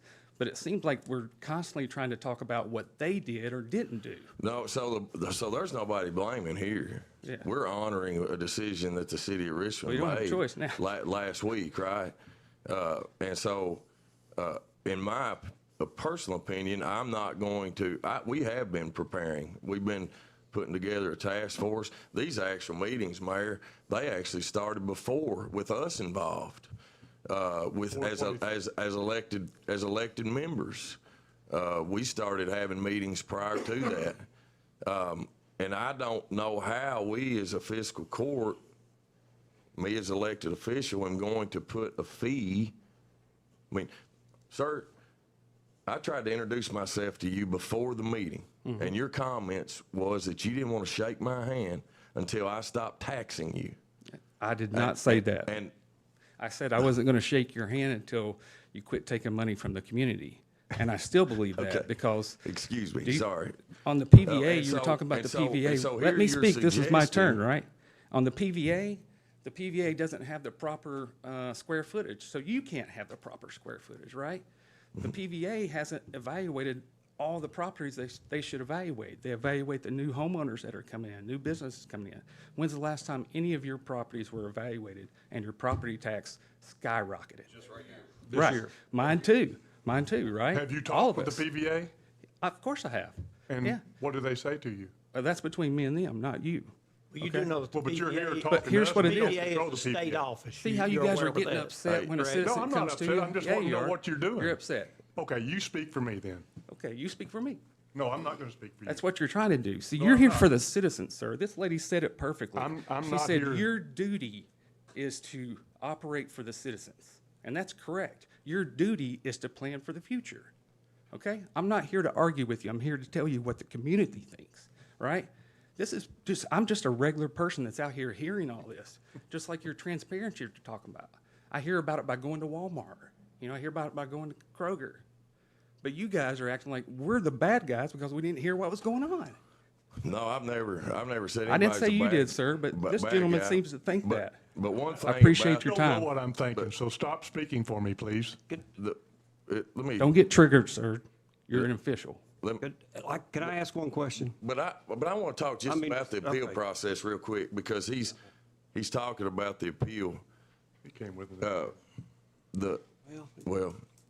So the appeal process actually worked, Jill, as we planned. We knew because with the square footage model, when you all debriefed me on all this, the square footage model, we knew that some of the square footages were maybe not going to be accurate. And so the whole reason for the letters was to make sure that the information was correct before it actually went on the property tax bill. So the appeal process actually worked because it allowed citizens to come in, email, come into our office, so we could sit down with them to make sure that it was correct data, right?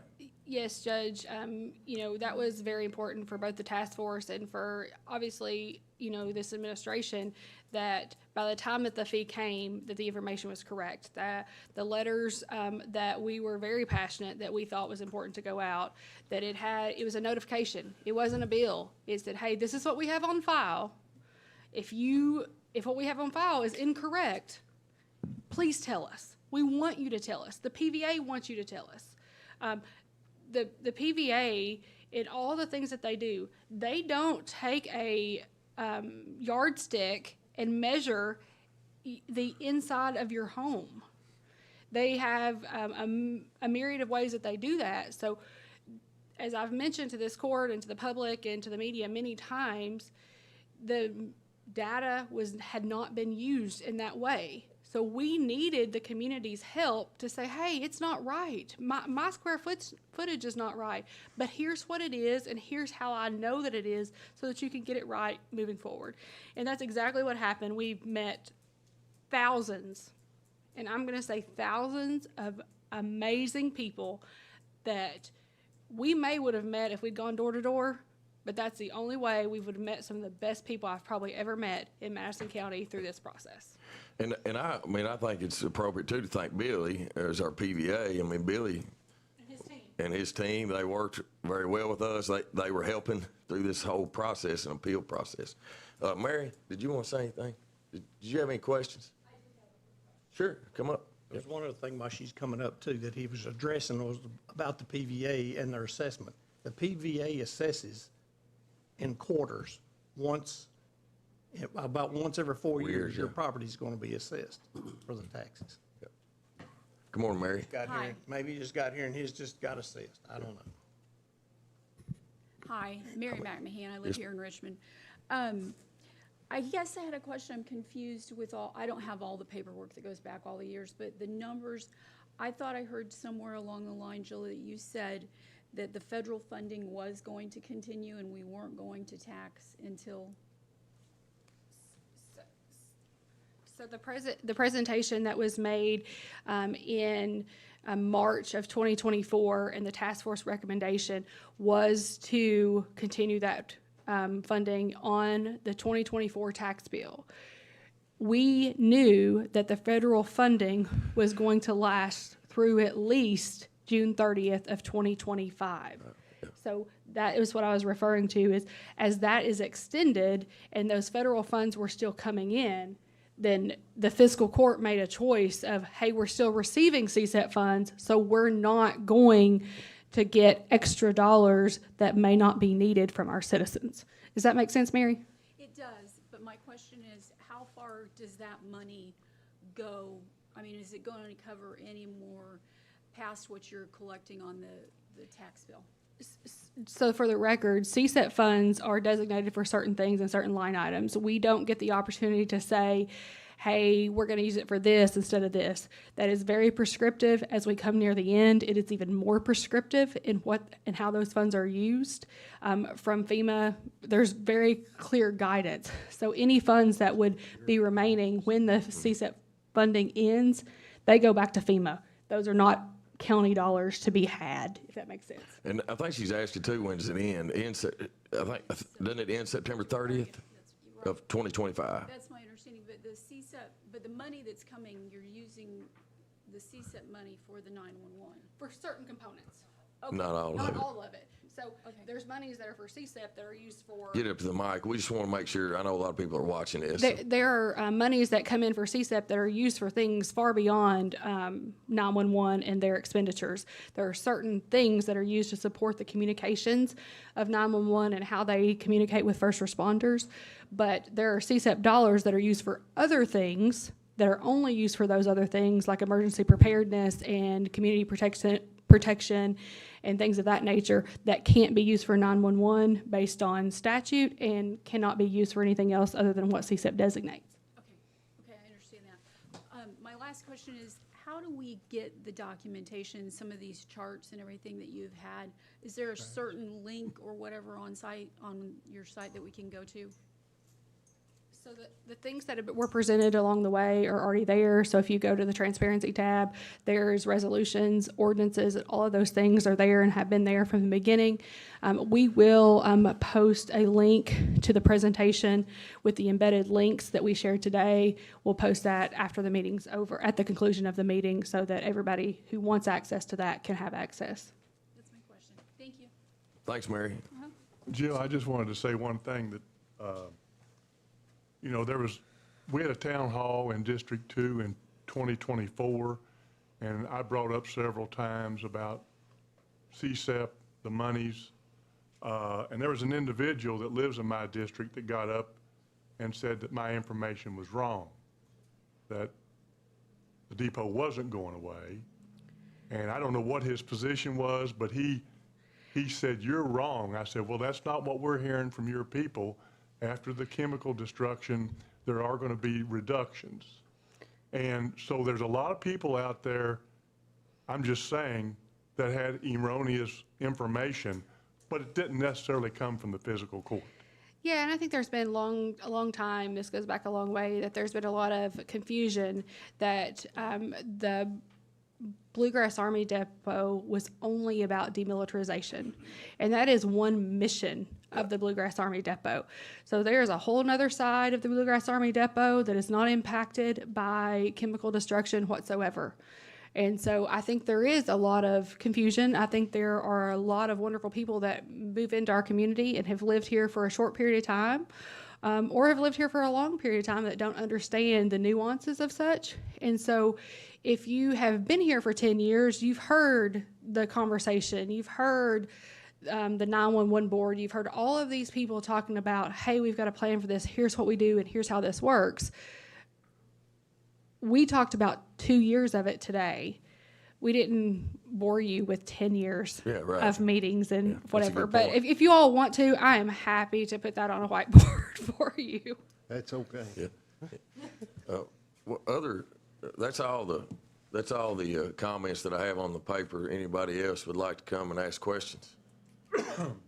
Anybody? At this point, I'll just wait until you do your vote. Okay. All right. Mayor, you good? Good. All right. Just always want to give you the opportunity, buddy. Appreciate you a lot. All right. Anything else from the court members? All right. So next on the agenda today is the first reading of Ordinance 2025-009. This would be repealing Ordinance 2024-07, Joint Local Government 911 Fee Amendment. This is an ordinance of the Madison County Fiscal Court repealing Ordinance 2024-07, an ordinance related to the funding of enhanced 911 emergency communication center operations for the city of Berea, the city of Richmond, and throughout Madison County, and reviving and reinstating Ordinance 07-11. Whereas in 2008, Madison County, Kentucky implemented a joint safety answering service to provide a single telephone number for emergency services, creating a joint 911 center for the city of Berea and Madison County, Kentucky.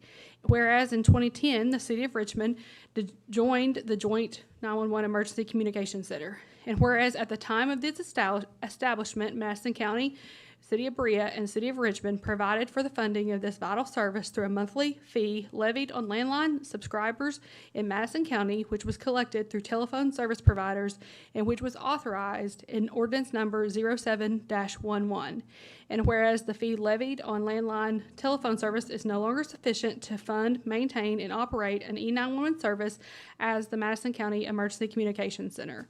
And whereas pursuant to Madison County, Kentucky Ordinance 2024-07, the Madison County Fiscal Court adopted a new funding mechanism for 911 services, replacing a funding mechanism contained in Ordinance Number 07-11. And whereas Madison County, Kentucky, the City of Berea, and the City of Richmond entered into an interlocal agreement agreement per Madison County, Kentucky Resolution 24-131, City of Berea Resolution 17-2024, and the City of Richmond Order 25-03, establishing the Madison County Emergency Communications Center to oversee the provision of emergency 911 services through the incorporated and unincorporated areas of the county, and adopting a joint funding mechanism set forth in Ordinance 2024-07. And whereas the City of Richmond has adopted an alternate funding mechanism pursuant to their Order 25-115, and whereas the City of Richmond Order 25-115 is inconsistent with the terms of the Madison County Ordinance 2024-07 and with the associated interlocal agreement, therefore be it ordained by the Fiscal Court of the County of Madison in the Commonwealth of Kentucky that Madison County, Kentucky Ordinance 2024-07 is hereby repealed in its entirety, and that the Madison County, Kentucky Ordinance number 07-11, which was previously repealed pursuant to the terms in Ordinance 24-07, is hereby revived and reinstated. This ordinance shall become effective on the date of the second reading and adoption. All right. Thank you, Jill. Members of the court, you've heard ordinance 2025-009. Remember, this is a first reading. We just accept acknowledgement of this ordinance. We do not vote on a first reading. Not even a motion is required. We can have some discussion. Yeah, if you want to have some discussion. But the board that we set up with this new structure will remain. Yeah, because that board is, Wendy, is more on the emergency services board, not necessarily the funding mechanism. But the board that we set So up. the interlocal agreement and the resolutions that were passed did three things. It established 911 as a department of the county. It established that interlocal agreement, which outlined that advisory board and the makeup of that advisory board. And it also set forth the funding mechanism. The amendment that would need to occur would change the funding mechanism and how the budget or the structure was, not the other two items based on the feedback from the cities thus far. So the advisory board remains, Yeah, because That is the that's intention that's a separate document than what this is. This is the ordinance that was the funding mechanism for all three jurisdictions. Okay. Yep. Kenny, Sir. didn't mean to cut you off for a minute ago. No, I promised myself I wasn't gonna say in this meeting, and it has nothing to do with this topic of discussion, so I probably shouldn't, but citizens have to understand, we deal with this with elections, is we would love to know how to communicate with you. I want you to be the most informed citizen when it comes to anything I've got anything to do with that you possibly can be. But there are very few avenues we have to communicate with citizens. And if you're right, if you could lead a horse to water, we can put it out there, but if you don't ask for it on social media, you won't get it. And these folks with cameras here are very nice people, but they're not really excited about talking about elections before the election. They're excited about talking about things that happen during the election and after. So it's hard to communicate with citizens a lot of times. And I don't know what people would expect from us. I know that we can do mailers. You could have done 10 mailers. Those things cost $20,000 to $30,000 a pop in a county this size. That's my 2 cents. I wanted to ask him personally, how would you like to be communicated with? Because if you would leave you could be on an email list, the mailing list, you can be on a robocall list. How would you like to be communicated with? Because in our office, we don't know exactly how to do it, and we're still trying to learn how.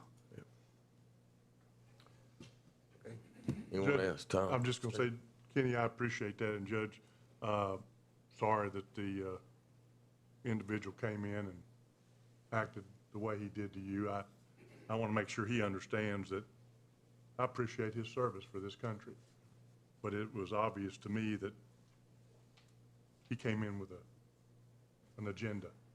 But I also would encourage him, like Kenny said, every individual has this option. If he's that dissatisfied, and he has his right to his opinion too. I don't have any problem with that, but he's not going to speak for me. But I encourage him to run for office and make a difference. But anyway, I want to thank him for his service. Tom? Judge, as the past 11 years goes, anyone needs me, they can reach me at 859-200-9765. Yeah, thank you. So, What are you saying? so what's our direction? She's asking what our direction. What would the fiscal court like? Well, I mean, we have to have a direction. I mean, the direction from this ordinance would be, we'd have a second reading, and to be determined, but I think we're thinking about next Tuesday. Well, you had 4 options that you had on as funding mechanisms, and one of them's off the table, it looks like. So you got, and the landlines, that's off the table. So you got water lines, or what was that? Electric meters. Electric meters. So you're down to those 2 right there. There's 2 options. So is that what y'all are asking, is for us to go back? And which would you rather have? If you had to choose between water meters and electric meters, which one is the most desired? We don't have to necessarily go with either one of those. We have others too, right? No. Well, I mean, you could, so. you could you could rework the land use, but it's gonna be different because I guess that's my question. it's not all 3 of us. What would that, how would that work? Or is it just not an option? I mean, I think it's up to the fiscal court to give us direction on the method. I mean, you all have been through this just like we have, and all the conversations and looked at the data and all those things, just like we have from an administrative standpoint. And so I think that there's a lot of ways that things can be retooled. And I think Magistrate Combs said earlier that, you know, we received feedback that we felt like, hey, there's some things that we know we need to change. I think we talked about that as a fiscal court at a few meetings ago. I think that looking at water meters and what that looks like has been tried and tested. I think the 2 most popular options that are across the state of Kentucky, and based on our feedback and conversations that Wendy's had with her peers across the state, and I've had with my peers across the state, are definitely water meters and land use in some form or fashion. When we say that the methodology on land use would have to change, that structure and those rates would have to change in order to meet our obligation of the $1,018,018. Not that the method has to change, but the rate would have to change because the money's not going to be the right amount. Can you and Chris do some scenarios with those 2 options to bring to us at the next meeting so that we can have some data to analyze? I love when you put my words back at me. I think that if that's the direction the court wants to go and that's what you would like to charge us to do, I think we'd be more than happy to do that. And our internal team with Chris and Wendy and Chief that have been in the trenches of working on this previously, I think we can pull back all those notes and see why we went the directions we did and what some of the data supports that would be a fair and something the fiscal court would be comfortable with moving forward. So that's the direction you're looking for.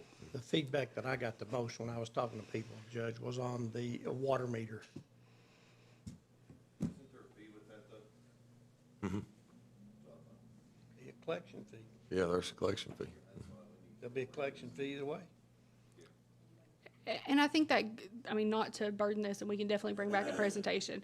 I think we also, and I think for us and our team, we would love the direction from the fiscal court members of the things that were important to you, because what came out of our work session was the equality piece for our citizens.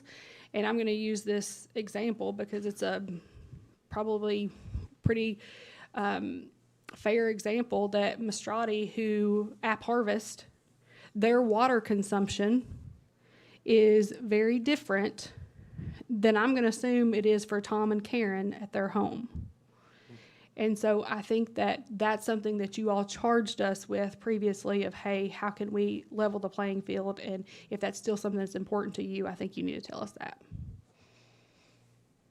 I think that will, looking at water meters will address some of the situations the questions that we had with nonprofits, churches, and so I think that is a palatable you know, comparable to the land use fee, because the dynamic changes now, right? You don't have those commercial businesses in county unincorporated limits. So it frees up an option to where really,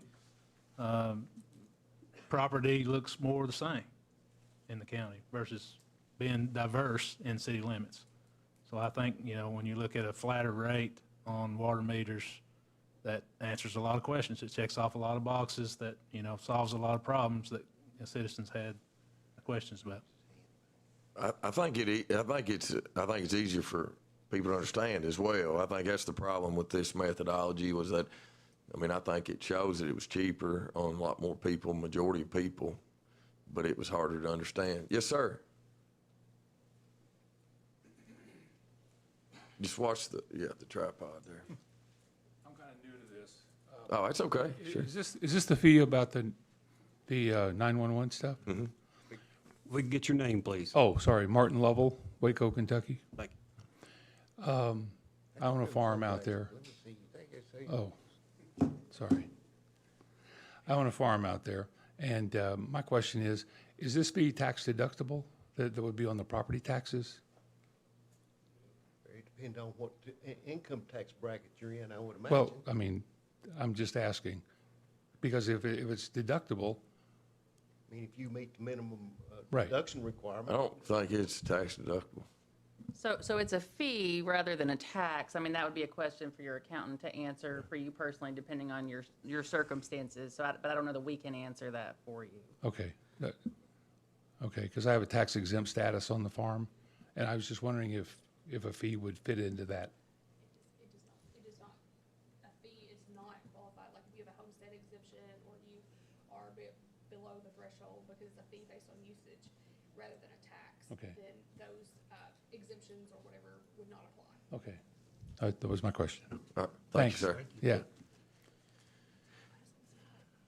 Okay. So I think we've got direction, Jill. We're good with direction. Stay tuned.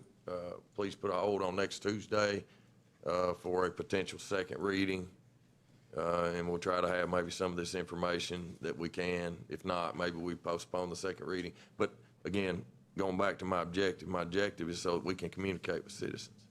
And so I feel like at this point that we're at, that we've got to get to that point where we, as the county judge's office, can communicate with the citizens. To Ms. Click's point, is everybody's kind of in limbo here a little bit, you know? So, all right. If no one else, I need a motion to adjourn. So moved. Second. Have a motion and a second to adjourn. Well, we ain't going to discuss adjournment, so go ahead, call the roll, Kenny. Master Lockmuir? Yes. Master Hughes? Yes. Master Buckin? Yes. Master Combs? Yes. Judge Taylor? Yes.